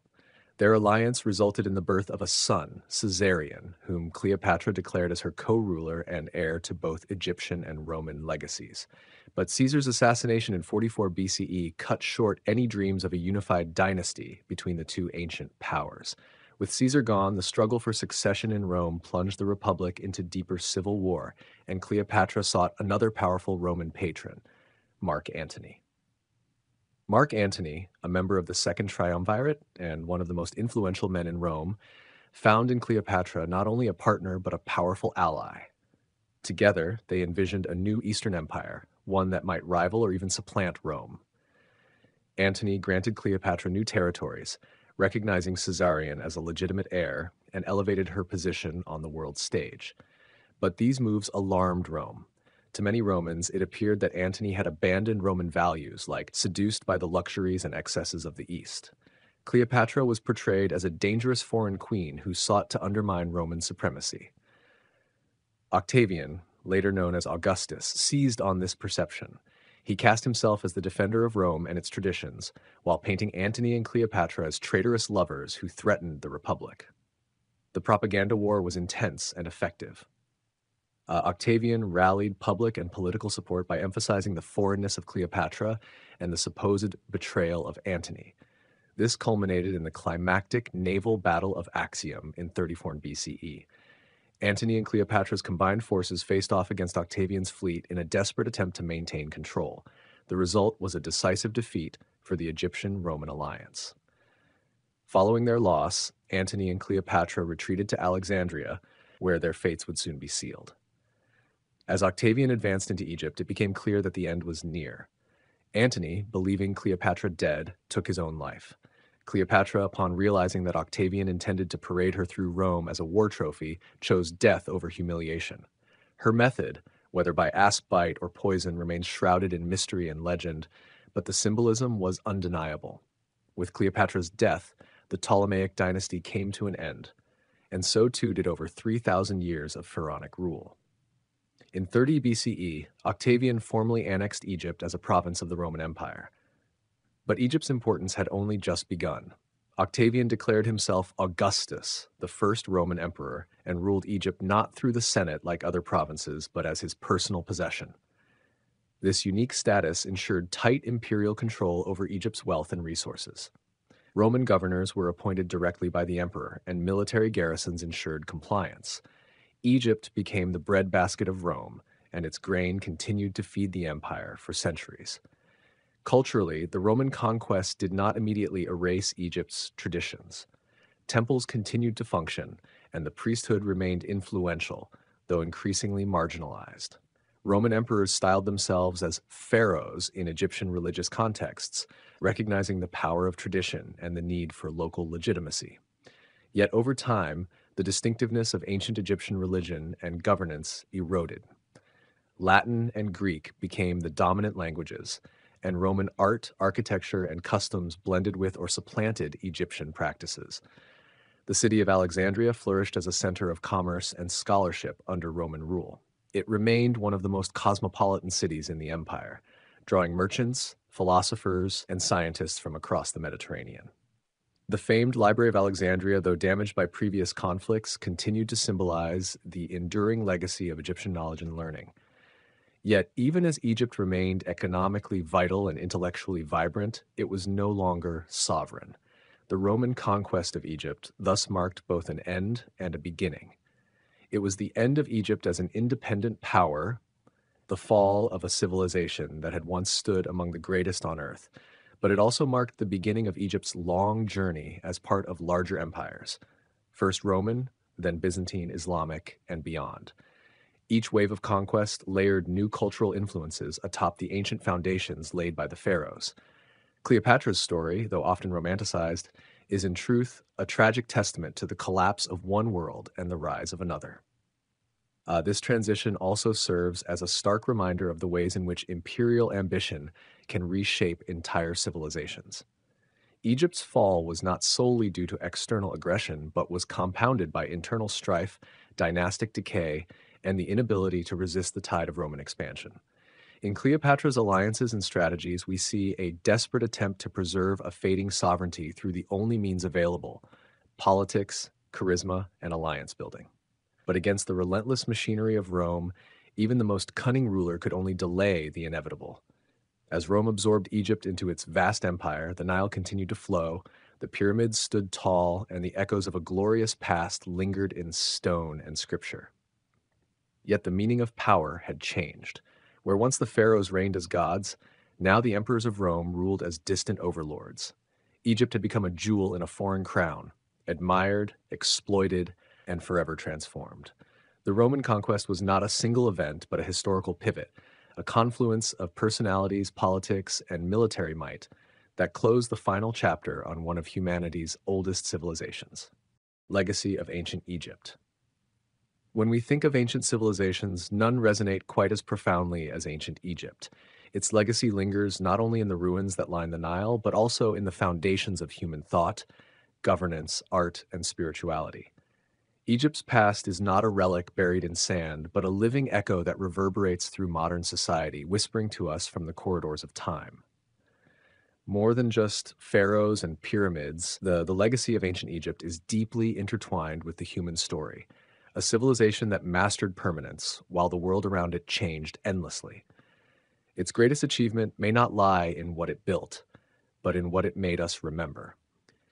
At the heart of Egypt's enduring mystique lies its profound relationship with time and eternity. The Egyptians believed life was only one phase in a grand cycle, and that death was merely a transition into another state of existence. This belief system influenced their entire worldview, from the design of monumental tombs to the very structure of their society. The pyramids, standing as eternal beacons in the desert, were not mere architectural feats. They were acts of devotion and cosmic alignment. They were constructed not just to honor a ruler, but to maintain harmony between the mortal and divine. Every granite block, every glyph etched into stone, was imbued with a sense of purpose that reached beyond the present moment. In doing so, the Egyptians created works that defied time, ensuring that their memory would never fade. In the realm of science and mathematics, ancient Egypt left an indelible mark. Long before Euclid or Pythagoras, the Egyptians practiced geometry with practical elegance. It was necessity that spurred their innovation. Floods of the Nile erased property boundaries annually, prompting the need for precise measurement. Their understanding of engineering and construction remains astonishing to this day. Using simple tools, clever mathematics, and an unshakable will, they raised monuments that modern architects still puzzle over. Their calendar, based on the heliacal rising of Sirius and the cycles of the Nile, demonstrated a nuanced grasp of astronomy. Their medical papyri reveal surgical techniques, diagnoses, and prescriptions grounded in careful observation and method. In many ways, they were the first scientists applying reason and logic to the natural world to achieve understanding and control. Egypt's influence on governance and political ideology also persists. The concept of divine kingship, where the ruler is both a political leader and a deity, shaped political thought across the ancient world. Pharaohs were not only kings, they were gods on earth, mediators between the heavens and the people. This fusion of spiritual and temporal power was mirrored in later empires and even monarchies of medieval Europe. The idea that the ruler is the state, that their will mirrors divine intent, found its roots in Egypt. Moreover, the elaborate bureaucracy that underpinned Egypt's administration set a precedent for organized governance. Scribes meticulously recorded taxes, trade, census data, and judicial proceedings. This reliance on record keeping and centralized authority formed the skeleton of many future civilizations, offering a model of how power could be maintained not only through force, but through information. Religion was the pulse of Egyptian life, and its legacy continues to influence spiritual frameworks. The pantheon of gods, Ra, Osiris, Isis, Anubis, and many more, reflected the Egyptians' deep understanding of duality and balance. These gods were not distant forces, but living presences in daily life. The stories of death and rebirth, particularly the myth of Osiris and Horus, echo in countless religious traditions, including themes later seen in Christianity. The journey through the underworld, the weighing of the heart, the concept of eternal judgment, all of these ideas prefigured later notions of the afterlife. Their temples were designed not just for worship, but for divine communication. These spaces, aligned with celestial events, embodied the Egyptians' belief in order, or ma'at, as the cornerstone of life.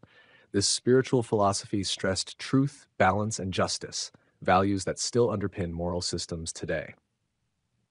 In art and aesthetics, Egypt gave the world a visual language of elegance and clarity. Their statues, reliefs, and paintings adhered to strict conventions that emphasized clarity, harmony, and function. Art was not made for individual expression, but to serve society and the gods. Yet, within these constraints, they achieved breathtaking beauty. The use of color, proportion, and symbolism in their art has inspired generations of artists from classical antiquity to the modern era. Their fashion, cosmetics, and jewelry displayed not only wealth, but also reverence for beauty and ritual.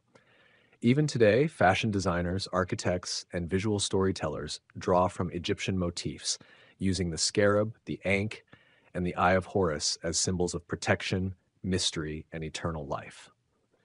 Literature also bears the stamp of Egyptian ingenuity. The Egyptians were among the earliest people to write not only for administration, but also for reflection, teaching, and storytelling. Their wisdom texts, such as the Instruction of Tahotep, convey timeless advice on ethics, leadership, and humility. These works reveal a culture that valued introspection and the moral development of the individual. Through hymns, lamentations, and personal letters, they expressed love, grief, and longing in ways still familiar to us. Their stories of gods and mortals, of love and betrayal, helped shape the narrative structures later embraced by Greek, Roman, and biblical traditions.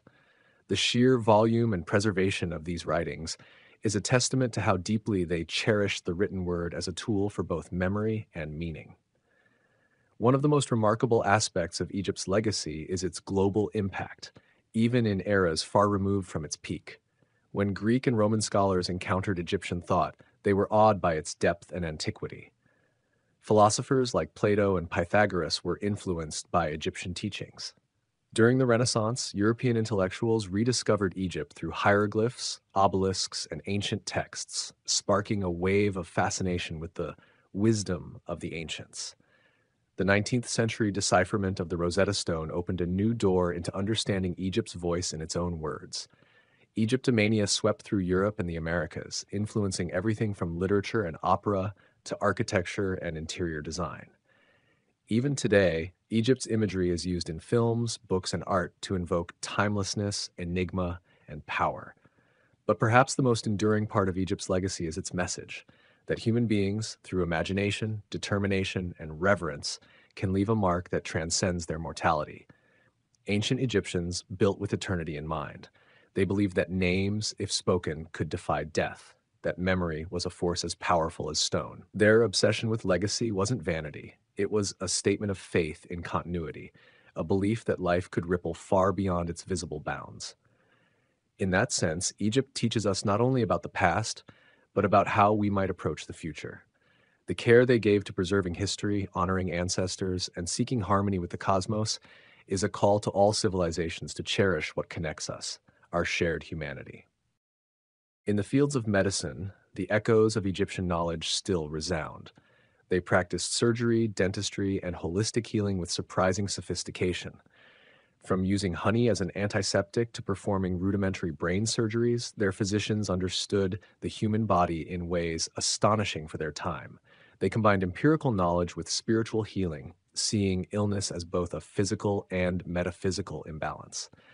This dual approach, treating both body and spirit, finds reflection in many modern integrative health practices. Their extensive medical texts, including the Ebers Papyrus and Edwin Smith Papyrus, stand as some of the oldest known medical documents, providing insights into how ancient people approached disease, trauma, and wellness. Egypt's agricultural innovations also cannot be overlooked. The civilization's survival was tied intimately to the Nile, and they became masters of irrigation and flood management. Their understanding of crop rotation, fertilization, and seasonal planning enabled them to sustain a dense and complex society for millennia. Many principles of sustainable farming and land stewardship trace their lineage back to practices developed along the Nile's fertile banks. Their reliance on the rhythm of nature and respect for its cycles carries a lesson for today's increasingly disconnected world. Even socially, Egypt offers important reflections.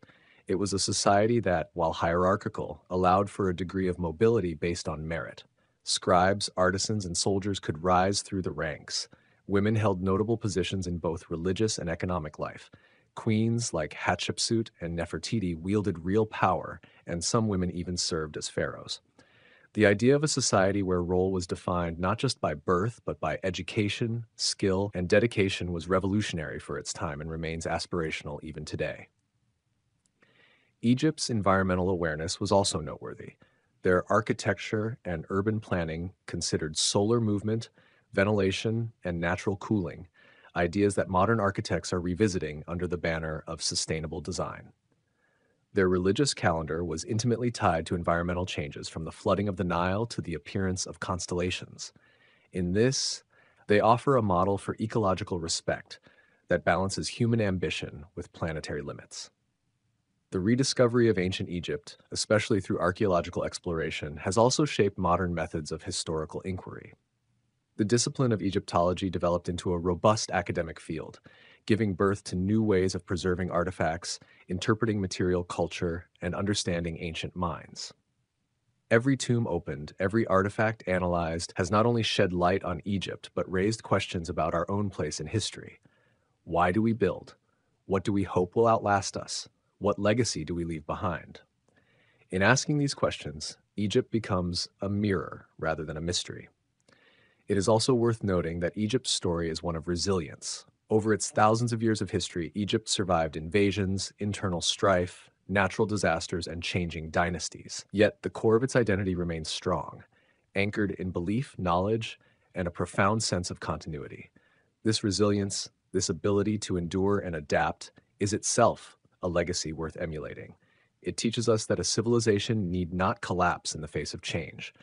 It can absorb, transform, and thrive anew. Today, standing before the colossal statues of Luxor or walking through the silent halls of the Egyptian Museum, we are reminded that the past is never truly gone. It speaks through symbols, through silence, through stone. The legacy of ancient Egypt is not just something to be studied, it is something to be felt. It is an inheritance of thought, creativity, and ambition. It is a reminder that what we do now matters, that in our own ways, we are building pyramids of the mind, shaping stories that might one day echo as Egypt's has across the ages. The legacy of ancient Egypt also lies in its language, a script that speaks in pictures and silence, a language that was once lost but never forgotten. Hieroglyphics were not just symbols etched into temple walls, they were bridges between the mortal and the divine. Every stroke, every figure was sacred, a vessel for memory and magic. The act of writing was a sacred ritual, often performed by priests and scribes who understood that words held power. When hieroglyphs finally spoke again in the 19th century through the decipherment of the Rosetta Stone, it was as though a great silence had been broken. Suddenly, the voices of millennia past could be heard once more, not in legend, but in their own words. This revival gave humanity a direct link to a civilization that had long been mythologized, allowing us to see its people not as distant or exotic, but as human, thinking, feeling, and striving just as we do. What is especially moving about Egypt's enduring presence is how it has become a symbol of the eternal quest for meaning. The grandeur of its monuments is not just impressive in scale, but in intent. They were built to last because the Egyptians believed in the permanence of the soul, the endurance of values, the preservation of truth. Their architecture tells us that what we create matters, and that creation in itself can be a form of immortality. The Sphinx stares into time not merely as a riddle, but as a guardian of the eternal questions that define the human condition. Who are we? Where do we come from? What remains of us when we are gone? Today, in a world often obsessed with the fleeting and the disposable, the Egyptian legacy serves as a counterpoint. It reminds us to build not just for today, but for tomorrow, to write, to speak, to create with intention, to respect the mysteries of life and death, and to see in them not fear, but depth. Even in popular culture, where Egyptian imagery is sometimes reduced to cliché, there's a reason it keeps returning. Because at its core, Egypt is not just about the past. It is about continuity, depth, and the idea that meaning can be carved into time. Perhaps that is why people from around the globe continue to visit its ancient sites, to gaze upon the pyramids, to stand before colossal statues and crumbling columns. It is not merely tourism, it is pilgrimage, a journey not only to a place but to a mindset, a civilization that believed in the sacredness of existence, in the beauty of order, and in the power of remembrance. Egypt calls to something deep within us, something universal. It is a whisper through stone that says, "You were here, and that matters." So the legacy of ancient Egypt is not locked in museums or buried in tombs. It flows through architecture, science, faith, language, and philosophy. It lives in the questions we still ask, in the monuments we still build, in the values we still cherish. It is both a monument to what was and a challenge to what could be. In honoring their legacy, we are reminded to shape our own, to build wisely, to think deeply, and above all, to remember. Unification of Upper and Lower Egypt. The story of the unification of Upper and Lower Egypt is one of the most defining moments in human civilization, a moment that set the stage for one of the world's earliest and most influential ancient empires. Long before the pyramids rose over the desert sands and long before pharaohs ruled with divine authority, the Nile Valley was divided into two distinct regions. Upper Egypt in the south, with its narrow strip of fertile land hugged by cliffs and deserts, and Lower Egypt in the north, encompassing the wide, marshy expanse of the Nile Delta. These regions, though geographically connected by the Nile River, were politically and culturally distinct. Upper Egypt was symbolized by the white crown and the flowering lotus, and its people lived in closer proximity to the arid deserts. Meanwhile, Lower Egypt was associated with the red crown and the papyrus plant, and its population thrived near the river's mouth, where the delta fanned into the Mediterranean. These two lands, each with their own rulers, customs, and deities, coexisted in a state of fluctuating tension and occasional alliance. Yet over time, their destinies would merge under a single banner, giving rise to one of the longest-lasting civilizations in history. This unification did not happen suddenly or without resistance. For centuries, tribal chiefs and local rulers maintained control over their respective regions. These petty kingdoms often clashed, sometimes over resources like fertile land and access to trade routes, and sometimes due to deeper cultural rivalries. Yet amidst these intermittent conflicts, the idea of a united land began to take root, an idea centered around the symbolic and practical power of the Nile, which flowed through both regions and linked them through its life-giving waters. The river's role in sustaining agriculture, enabling transportation, and nurturing spiritual beliefs made it a unifying force even before political unity was achieved. Slowly, the vision of a single land under one ruler became not only possible, but inevitable. The key figure in this monumental unification was a man named Narmer, also believed by many historians to be the legendary Menes. Although the details of his life remain wrapped in myth and fragmentary evidence, what remains clear is that Narmer emerged from Upper Egypt, perhaps from the city of Thinis or Hierakonpolis, as a powerful and ambitious ruler.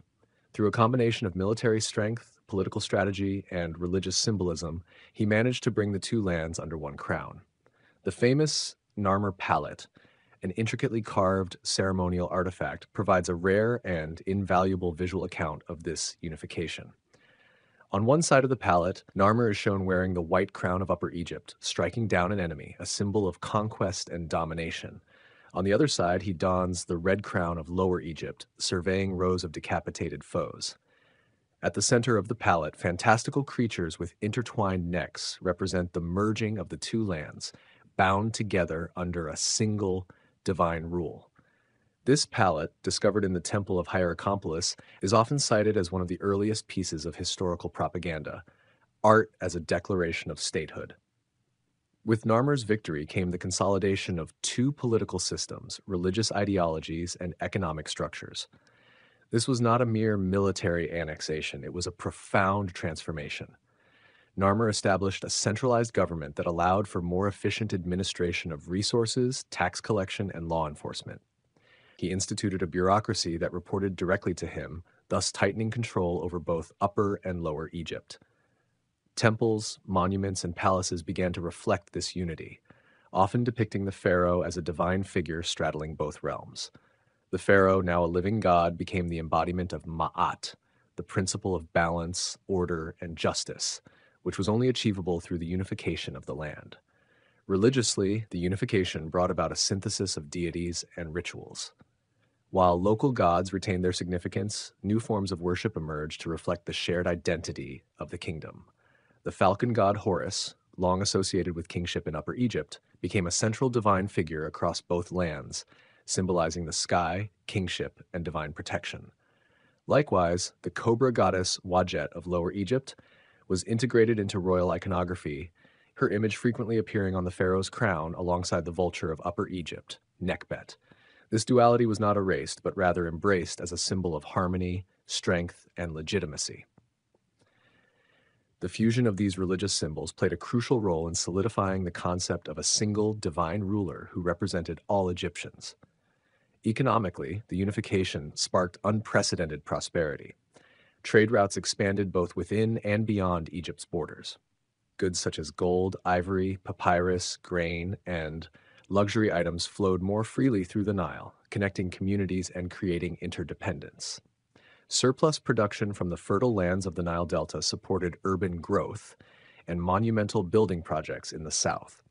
Meanwhile, the southern quarries and mines supplied resources for tools, statues, and architectural wonders in the north. The integrated economy enabled the state to undertake large-scale infrastructure projects, including irrigation systems, temples, and later, the construction of pyramids that would define Egyptian grandeur for millennia. Socially, the unification helped shape a more cohesive Egyptian identity. While regional dialects and customs persisted, the royal court promoted a standardized language, written in hieroglyphs, which served as the script of governance, religion, and history. The use of this script across temples, tombs, and administrative texts helped reinforce a shared cultural narrative. Education, record-keeping, and religious teachings became more uniform, creating a literate class of scribes who played a vital role in maintaining the machinery of the state. Art, too, evolved to reflect this unity. The symmetrical and formal style of Egyptian art, with its strict conventions, can be traced to this era of political harmony, where the expression of order was more important than individual expression. Over time, Narmer's unification would be remembered not just as a historical event, but as a foundational myth. Egyptian kings, for centuries afterward, would emulate his imagery and claim descent from his lineage, even incorporating the symbols of both Upper and Lower Egypt into their royal titles. The pharaoh was no longer just a ruler. He was the bridge between heaven and earth, chaos and order, past and future. The iconic dual crown, known as the pshent, came to symbolize the pharaoh's dominion over both lands, a reminder to all that the kingdom's unity was both divinely sanctioned and historically rooted. While the unification brought stability, it also required constant maintenance. The dual nature of Egypt, geographically, culturally, and even spiritually, meant that pharaohs had to continuously assert their authority and uphold the balance established by their predecessor. Rebellions, regional disputes, and external threats would challenge this unity again and again. But the idea of a united Egypt, established by Narmer, remained resilient. It shaped the nation's institutions, inspired its mythology, and gave rise to a legacy that endured for over 3,000 years. In the grand tapestry of ancient history, the unification of Upper and Lower Egypt stands out not merely for its political consequences, but for its visionary integration of people, belief systems, and landscapes into a singular civilization. This moment marked the beginning of dynastic Egypt, the dawn of the Pharaonic Age, and the birth of one of humanity's most enduring symbols of civilization. From this unification flowed not just power and stability, but an identity that would resonate through temples, tombs, and timeless art for generations. It is a testament to the vision of Narmer and the power of unity, an enduring message carved in stone and preserved in the sands of time. Rameses II and the Battle of Kadesh. In the long tapestry of ancient Egyptian history, few figures stand as tall and enduring as Rameses II. Known as Rameses the Great, he reigned for more than 6 decades, a period marked by architectural ambition, religious devotion, and military campaigns that sought to restore Egypt's power and prestige. Among these military campaigns, none looms larger in both historical record and royal propaganda than the Battle of Kadesh. This confrontation, fought against the Hittite Empire around 1274 BCE, was not only a seminal moment in the geopolitical landscape of the Late Bronze Age, but also a defining episode in Ramesses' long and storied reign.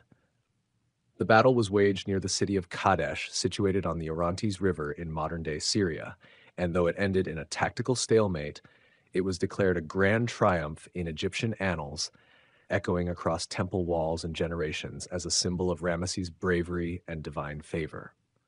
Rameses II ascended the throne as the third pharaoh of the 19th dynasty, inheriting a kingdom that had already seen considerable military expansion under his father, Seti I. From an early age, Rameses was steeped in the art of war, often accompanying his father on campaigns. By the time he took full control, he had a vision to elevate Egypt to unprecedented glory. Part of this ambition involved securing Egypt's northern frontier against the ever-growing influence of the Hittite Empire, whose dominion had expanded deep into territories Egypt once considered its own. The strategic city of Kadesh, once under Egyptian control, had become a contentious flashpoint. Situated at the crossroads of trade and military routes, it held immense symbolic and tactical value. Rameses II resolved to take it back, and in doing so, to assert Egypt's dominance over the region. The campaign to reclaim Kadesh was meticulously planned and dramatically executed. Rameses II marched north with a formidable force divided into 4 divisions, each named after a major deity: Amun, Ra, Ptah, and Set. This army was not merely a collection of soldiers, but a moving extension of Egyptian power, complete with chariots, supply lines, and elite guards. Rameses himself led the Amun division, at the heart of the action. The Hittite king Muwatalli II, aware of the Egyptian advance, had already gathered a large coalition of vassal states and assembled a massive army, hidden behind the city of Kadesh, ready to ambush. The battle that unfolded would become one of the largest chariot confrontations in recorded history, involving thousands of chariots clashing on the plains in a thunderous display of Bronze Age warfare. As Rameses approached Kadesh, he received reports from captured Hittite scouts, who falsely claimed that the enemy was far away. Trusting these claims, Rameses advanced too quickly, separating his divisions and weakening his position. It was a masterstroke of Hittite deception. With the Egyptian forces scattered, Muwatalli launched a surprise attack, sending thousands of chariots crashing into Ramesses' vulnerable lines. The Egyptian Ra division was caught off guard and quickly overwhelmed, while the Amun division, where Rameses was stationed, faced annihilation. In this moment of chaos, the narrative crafted by Rameses takes center stage. According to Egyptian records, he stood alone, encircled by enemies, his forces scattered, and his commanders lost. With divine strength granted by Amun himself, Rameses supposedly climbed into his chariot and charged into the fray, cutting down foes and rallying his troops in an awe-inspiring display of valor. Though these accounts are undoubtedly exaggerated, they paint a powerful picture of royal heroism. Eventually, reinforcements arrived, possibly from the Narration, a force whose origins remain debated among historians, and helped stabilize the situation. The battle devolved into a bloody stalemate, with neither side able to claim a decisive victory. Rameses had managed to escape catastrophe, but he had not taken Kadesh. Still, he returned to Egypt and ordered his scribes, artists, and masons to immortalize the encounter. Temples such as Abu Simbel and the Ramesseum feature vivid reliefs of the battle, complete with detailed inscriptions that tell of Ramesses' lone stand against the Hittite horde. This campaign of narrative control turned a near disaster into an eternal tale of glory, and in doing so, solidified Ramesses' legacy not just as a king, but as a warrior blessed by the gods. Beyond the battlefield, the Battle of Kadesh had profound diplomatic consequences. Years of skirmishes and mutual exhaustion eventually led to one of the earliest known international peace treaties, signed between Ramesses II and Hattusili III, the new Hittite king and brother of Muwatalli. The treaty, carved in both Egyptian hieroglyphs and Akkadian cuneiform, pledged mutual respect and alliance, and even included provisions for extradition and dynastic marriage. This accord marked a turning point in ancient diplomacy, showing that power could be expressed not only through conquest, but also through negotiation. The treaty ensured a period of stability in the region and allowed Ramesses to focus on internal developments, including massive construction projects and religious reforms. The Battle of Kadesh also illustrates the intersection of warfare, propaganda, and kingship in ancient Egypt. For Ramesses VI, the battle was more than a military engagement. It was a stage upon which his divine mandate and personal courage could be projected. Even in the face of an indecisive outcome, he manipulated the narrative so effectively that his image as Egypt's greatest warrior pharaoh became enshrined in the public consciousness. The reliefs of the battle do not depict tactical retreats or strategic errors. They show a godlike ruler towering above his enemies, bringing order to chaos.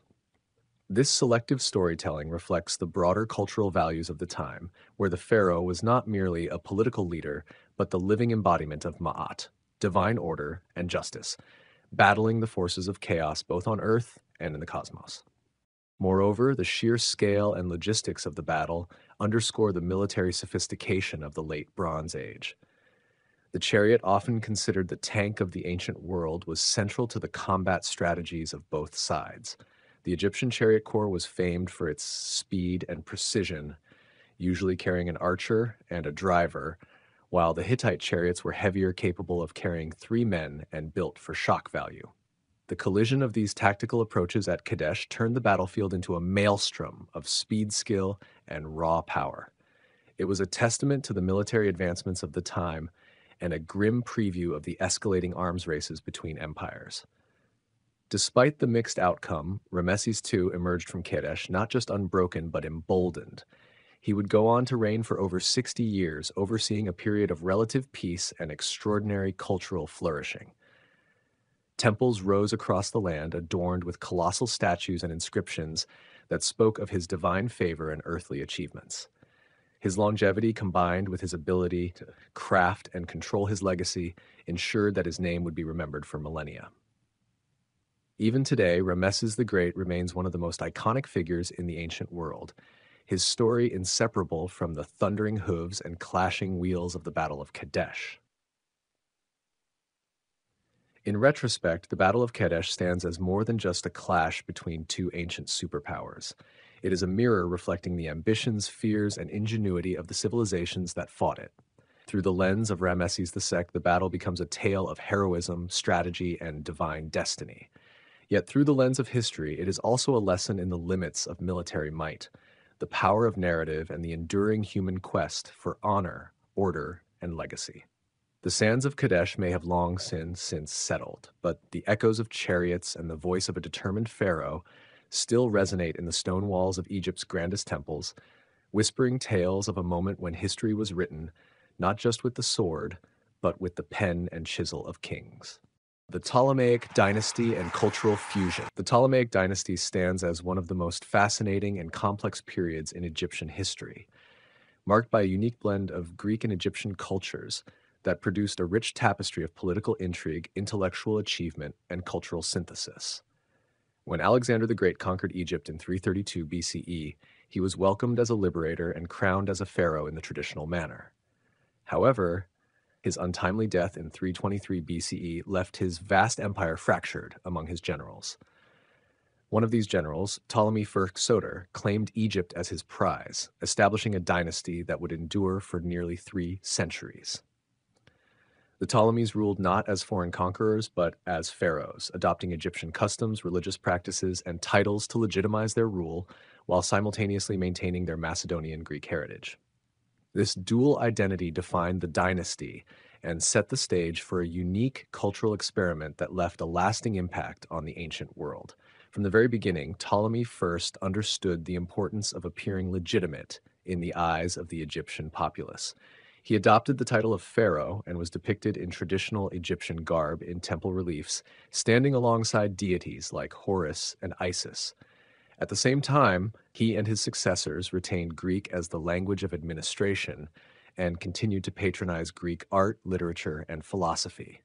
Alexandria, the new capital founded by Alexander, quickly rose to prominence as a beacon of Hellenistic culture, boasting the Great Library and the Museum, two institutions that would become legendary centers of learning. Scholars from across the Mediterranean were drawn to Alexandria, and under Ptolemaic patronage, they produced groundbreaking work in astronomy, mathematics, medicine, and literary criticism. Figures like Euclid, Archimedes, and Eratosthenes flourished in this cosmopolitan environment, where Greek rationalism encountered Egyptian mysticism and religious tradition. This intellectual blossoming, however, was accompanied by deep political complexities. The Ptolemies, though outwardly adopting Egyptian royal imagery, never truly integrated themselves with the native elite. The ruling class remained predominantly Greek, and the upper echelons of society operated within a Greek framework. Egyptians were largely excluded from high-ranking political and military roles, creating a clear divide between rulers and the ruled. This division led to frequent unrest, and the dynasty faced periodic uprisings from the native population. Despite these tensions, the Ptolemies skillfully maintained control through a sophisticated bureaucracy, bolstered by their monopoly on land ownership, taxation, and trade. They also engaged in calculated religious diplomacy, promoting syncretic deities such as Serapis, a god that combined elements of Greek and Egyptian theology and appealed to both populations. Religious fusion was one of the most striking features of the Ptolemaic period. Serapis, introduced by Ptolemy I, was a deliberate creation aimed at bridging cultural divides. With a Greek appearance and Egyptian attributes, Serapis was worshipped in grand temples and played a central role in Ptolemaic religious policy.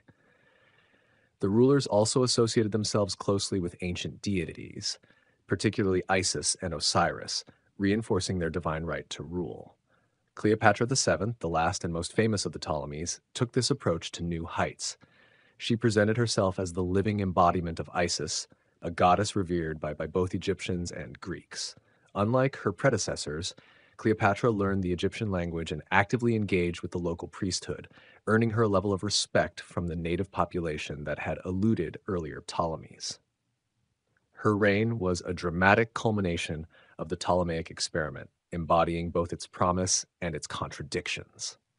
Cleopatra's story, deeply intertwined with the fate of Rome, highlights the geopolitical pressures that eventually overwhelmed the Ptolemaic kingdom. As Rome expanded its influence across the Mediterranean, Egypt's strategic importance grew. The Ptolemies became entangled in Roman politics, often seeking alliances through marriage, diplomacy, and tribute. Cleopatra's relationships with Julius Caesar and later Mark Antony were not merely romantic entanglements, but calculated political strategies aimed at preserving Egypt's independence. Her ambition to restore Egypt's former glory through a powerful Eastern empire placed her in direct conflict with Octavian, the future Emperor Augustus. The decisive Battle of Actium in 31 BCE marked the end of Ptolemaic sovereignty. With the suicides of Cleopatra and Antony, Egypt was absorbed into the Roman Empire, ending a dynasty that had ruled for nearly 300 years. Yet, the legacy of the Ptolemies endured long after their fall. The blending of Greek and Egyptian traditions left a profound mark on religion, art, architecture, and scholarship. Temples constructed under the Ptolemies, such as those at Edfu and Dendera, are among the best preserved in Egypt and reflect a continuity of religious practice that persisted into the Roman period. The cult of Isis spread throughout the Roman world, influencing religious thought well into the late antiquity. Greek-style portraiture fused with Egyptian symbolism, creating hybrid art forms that captured the complexities of a culturally entangled society. Alexandria remained a vital center of learning and commerce, its intellectual traditions influencing early Christian thought and scientific inquiry for centuries. The Ptolemaic era also challenged traditional notions of identity and governance. It was a time when rulers consciously navigated multiple cultural frameworks to secure their power. Um, the Ptolemies ruled as both Macedonian kings and Egyptian pharaohs, leveraging mythology, iconography, and religious ritual to forge a sense of unity in a diverse and often divided society. This balancing act required constant adaptation and political finesse, traits that defined the more successful members of the dynasty. But it also exposed the inherent fragility of a regime dependent on cultural synthesis without genuine integration. The dynasty's reliance on a narrow Greek elite, coupled with frequent infighting and dynastic disputes, undermined its long-term stability. Cleopatra's desperate alliance with Rome was, in many ways, a last attempt to preserve an identity that had always been suspended between two worlds. Despite its ultimate collapse, the Ptolemaic dynasty represents a bold and ambitious experiment in cross-cultural governance. It was a period of extraordinary intellectual achievement and artistic innovation, driven by the tension and synergy between Greek and Egyptian traditions. The dynasty's ability to inspire both admiration and criticism lies in its complexity. It was neither fully Hellenistic nor wholly Egyptian, but something in between. That very hybridity, often seen as a source of strength, also sowed the seeds of its undoing. Nonetheless, the era remains a pivotal chapter in the broader history of Egypt, illustrating how foreign rule can both disrupt and enrich a civilization. The echoes of the Ptolemies can still be found in the fusion of cultures that define modern Egypt and in the enduring fascination with Cleopatra, whose legend continues to captivate the imagination of people around the world. The story of the Ptolemies is ultimately one of adaptation, ambition, and legacy. It reminds us that cultural fusion is rarely simple. It is a process marked by negotiation, resistance, and transformation. In the Ptolemaic kingdom, the convergence of East and West was not merely a historical coincidence, but a deliberate and sustained effort to create a new kind of empire, one that could draw strength from its diversity. That vision, though it ended in political defeat, left behind a cultural and intellectual inheritance that continues to inspire and inform our understanding of ancient history. Even after the fall of the Ptolemaic dynasty, its legacy remained deeply embedded in the cultural and spiritual fabric of Egypt and beyond. The Roman emperors who succeeded the Ptolemies as rulers of Egypt continued to honor the religious traditions established under their rule. They maintained the temples, upheld priestly privileges, and even adopted elements of the Ptolemaic religious syncretism, especially the worship of Isis and Serapis, which had by then become popular across the Mediterranean. Roman emperors were depicted in Egyptian temple reliefs in the same pharaonic style, illustrating the lasting influence of the Ptolemaic template for rulership. In many ways, the Ptolemaic period set a precedent for how imperial powers could engage with the cultures they ruled, not by completely erasing the local identity, but by reshaping it to serve a broader imperial narrative. The Ptolemies did not attempt to make Egypt purely Hellenistic. Instead, they created a hybrid world where Greek and Egyptian customs coexisted, albeit unequally. This balance of appropriation and adaptation became a model replicated by other empires, from Rome to Byzantium and beyond. The very existence of such a model also reveals the complexities of imperial identity and governance. The Ptolemaic dynasty had to constantly renegotiate its legitimacy, not just through military and economic power, but through symbols, language, and ritual. It was an empire sustained as much by myth as by might. Ultimately, the story of the Ptolemies serves as a mirror for any age grappling with multiculturalism and coexistence. It reminds us that the blending of civilizations can yield incredible advancements in knowledge, art, and thought, but it also demands careful balance, genuine inclusion, and deep understanding.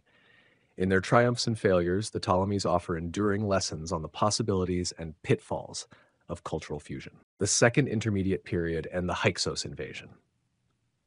The Second Intermediate Period of ancient Egypt was a time of fragmentation, foreign influence, and ultimately transformation. Sandwiched between the grandeur of the Middle Kingdom and the imperial ambitions of the New Kingdom, This era, spanning roughly from 1782 to 1570 BCE, was characterized by political instability, weakened central authority, and the rise of foreign rulers known as the Hyksos. This period marks one of the most significant turning points in Egyptian history, not because of monumental achievements or expansive conquest, but because of what it revealed about Egypt's vulnerabilities and its remarkable capacity for renewal. At the end of the Middle Kingdom, Egypt had enjoyed centuries of relative prosperity and unity under a strong, centralized government. But by the time the 13th dynasty came into power, the country began to experience signs of decline.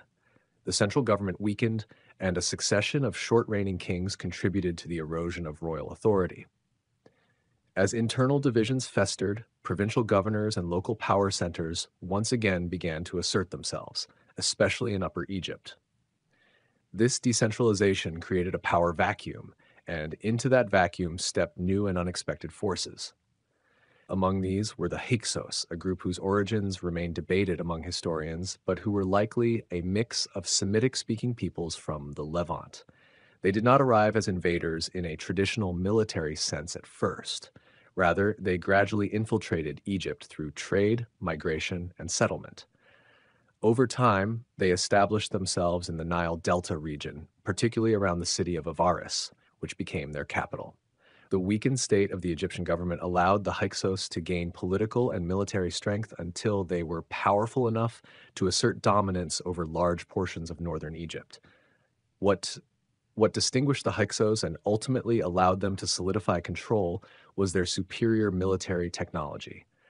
They introduced new forms of warfare to Egypt, most notably the horse-drawn chariot, which had never been seen before in the region. They also utilized more advanced bronze weapons and composite bows, which gave them a decisive advantage over the traditional Egyptian military, which was still reliant on older methods and technologies. This technological edge, combined with the disunity among native Egyptian rulers, made it possible for the Hyksos to declare themselves pharaohs and to establish the 15th dynasty. The Hyksos' rule, however, was not marked purely by violence or destruction. While they were foreign rulers, they adopted many Egyptian customs, religious practices, and administrative structures. They took on traditional pharaonic titles and sought legitimacy in the eyes of the Egyptian people by integrating themselves into the cultural fabric of the society they governed. Temples were built, local deities were worshipped, and a degree of stability returned to the Delta under their reign. Yet, their presence remained a bitter pill for many Egyptians, especially in the south, where the native 17th dynasty began to rise in Thebes and plot the eventual expulsion of the Hyksos. Thebes, which had retained a measure of autonomy during Hyksos rule, became the focal point of Egyptian resistance. The rulers of the 17th dynasty, including notable figures like Seq-Enen-Re-Tau and his successors Kamose and Ahmose I, began to rally forces to challenge the Hyksos. The struggle was not simply a matter of military confrontation. It was also framed as a nationalistic and ideological battle, a fight to restore Egyptian purity, sovereignty, and divine order. The war against the Hyksos was long and brutal, with both sides enduring heavy losses. Seqen-Enre-Tau's efforts to confront the Hyksos were cut short. His mummy shows signs of a violent death, likely in battle, but his martyrdom fueled the resolve of his successors. Kamose launched a series of military campaigns to push the Hyksos northward, even capturing some of their strongholds. However, it was his brother, Ahmose I, who ultimately succeeded in reclaiming Egypt. Ahmose undertook a decisive and well-coordinated military campaign that culminated in the siege and eventual capture of Avaris. The fall of the Hyksos capital marked the end of their rule in Egypt and the restoration of native Egyptian leadership. The expulsion of the Hyksos did more than just return Egypt to its people. It triggered a profound transformation in the nation's identity and trajectory. The trauma of foreign occupation left a lasting impression on Egyptian consciousness. From that point forward, Egyptian rulers were far more focused on securing their borders and projecting power outward. This mindset directly influenced the birth of the New Kingdom, an era that would be defined by military expansion, imperial dominance, and an aggressive foreign policy aimed at preventing another episode of foreign control. Militarily, Egypt underwent a dramatic evolution during and after the Hyksos period.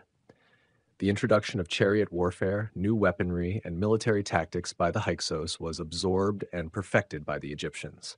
Rather than rejecting these foreign innovations, the Egyptians adopted and improved upon them. By the time of the New Kingdom, the Egyptian army had become one of the most formidable in the ancient world. This readiness to learn from enemies and adapt for survival became one of the enduring strengths of Egyptian civilization.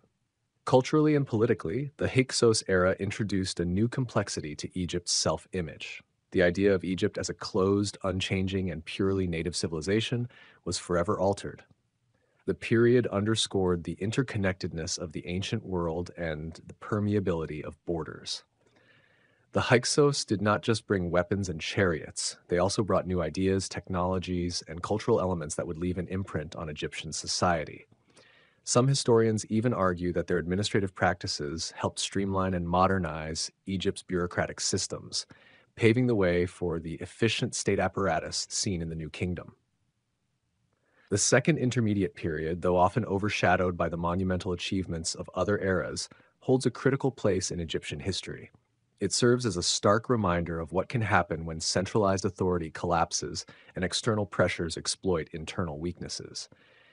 Yet it also illustrates Egypt's resilience, its ability to absorb and adapt, and its relentless pursuit of order after chaos. The rise of the Hyksos, their rule, and their eventual defeat by native forces reflect the cyclical nature of history, decline giving way to revival, weakness breeding strength. Ahmose I, the pharaoh who finally ended the Second Intermediate Period, is remembered not only as a military hero, but also as the founder of the 18th dynasty and the New Kingdom.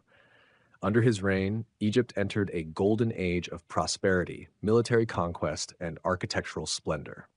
The lessons of the Hyksos period were not forgotten. They became embedded in the Egyptian state's very foundation.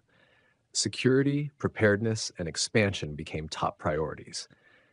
In temples and tombs, stories of the Hyksos' defeat were immortalized not only as a cautionary tale, but as a triumphant narrative of national resurrection. In this way, the Second Intermediate Period and the Hyksos invasion act as both a rupture and a bridge in Egyptian history.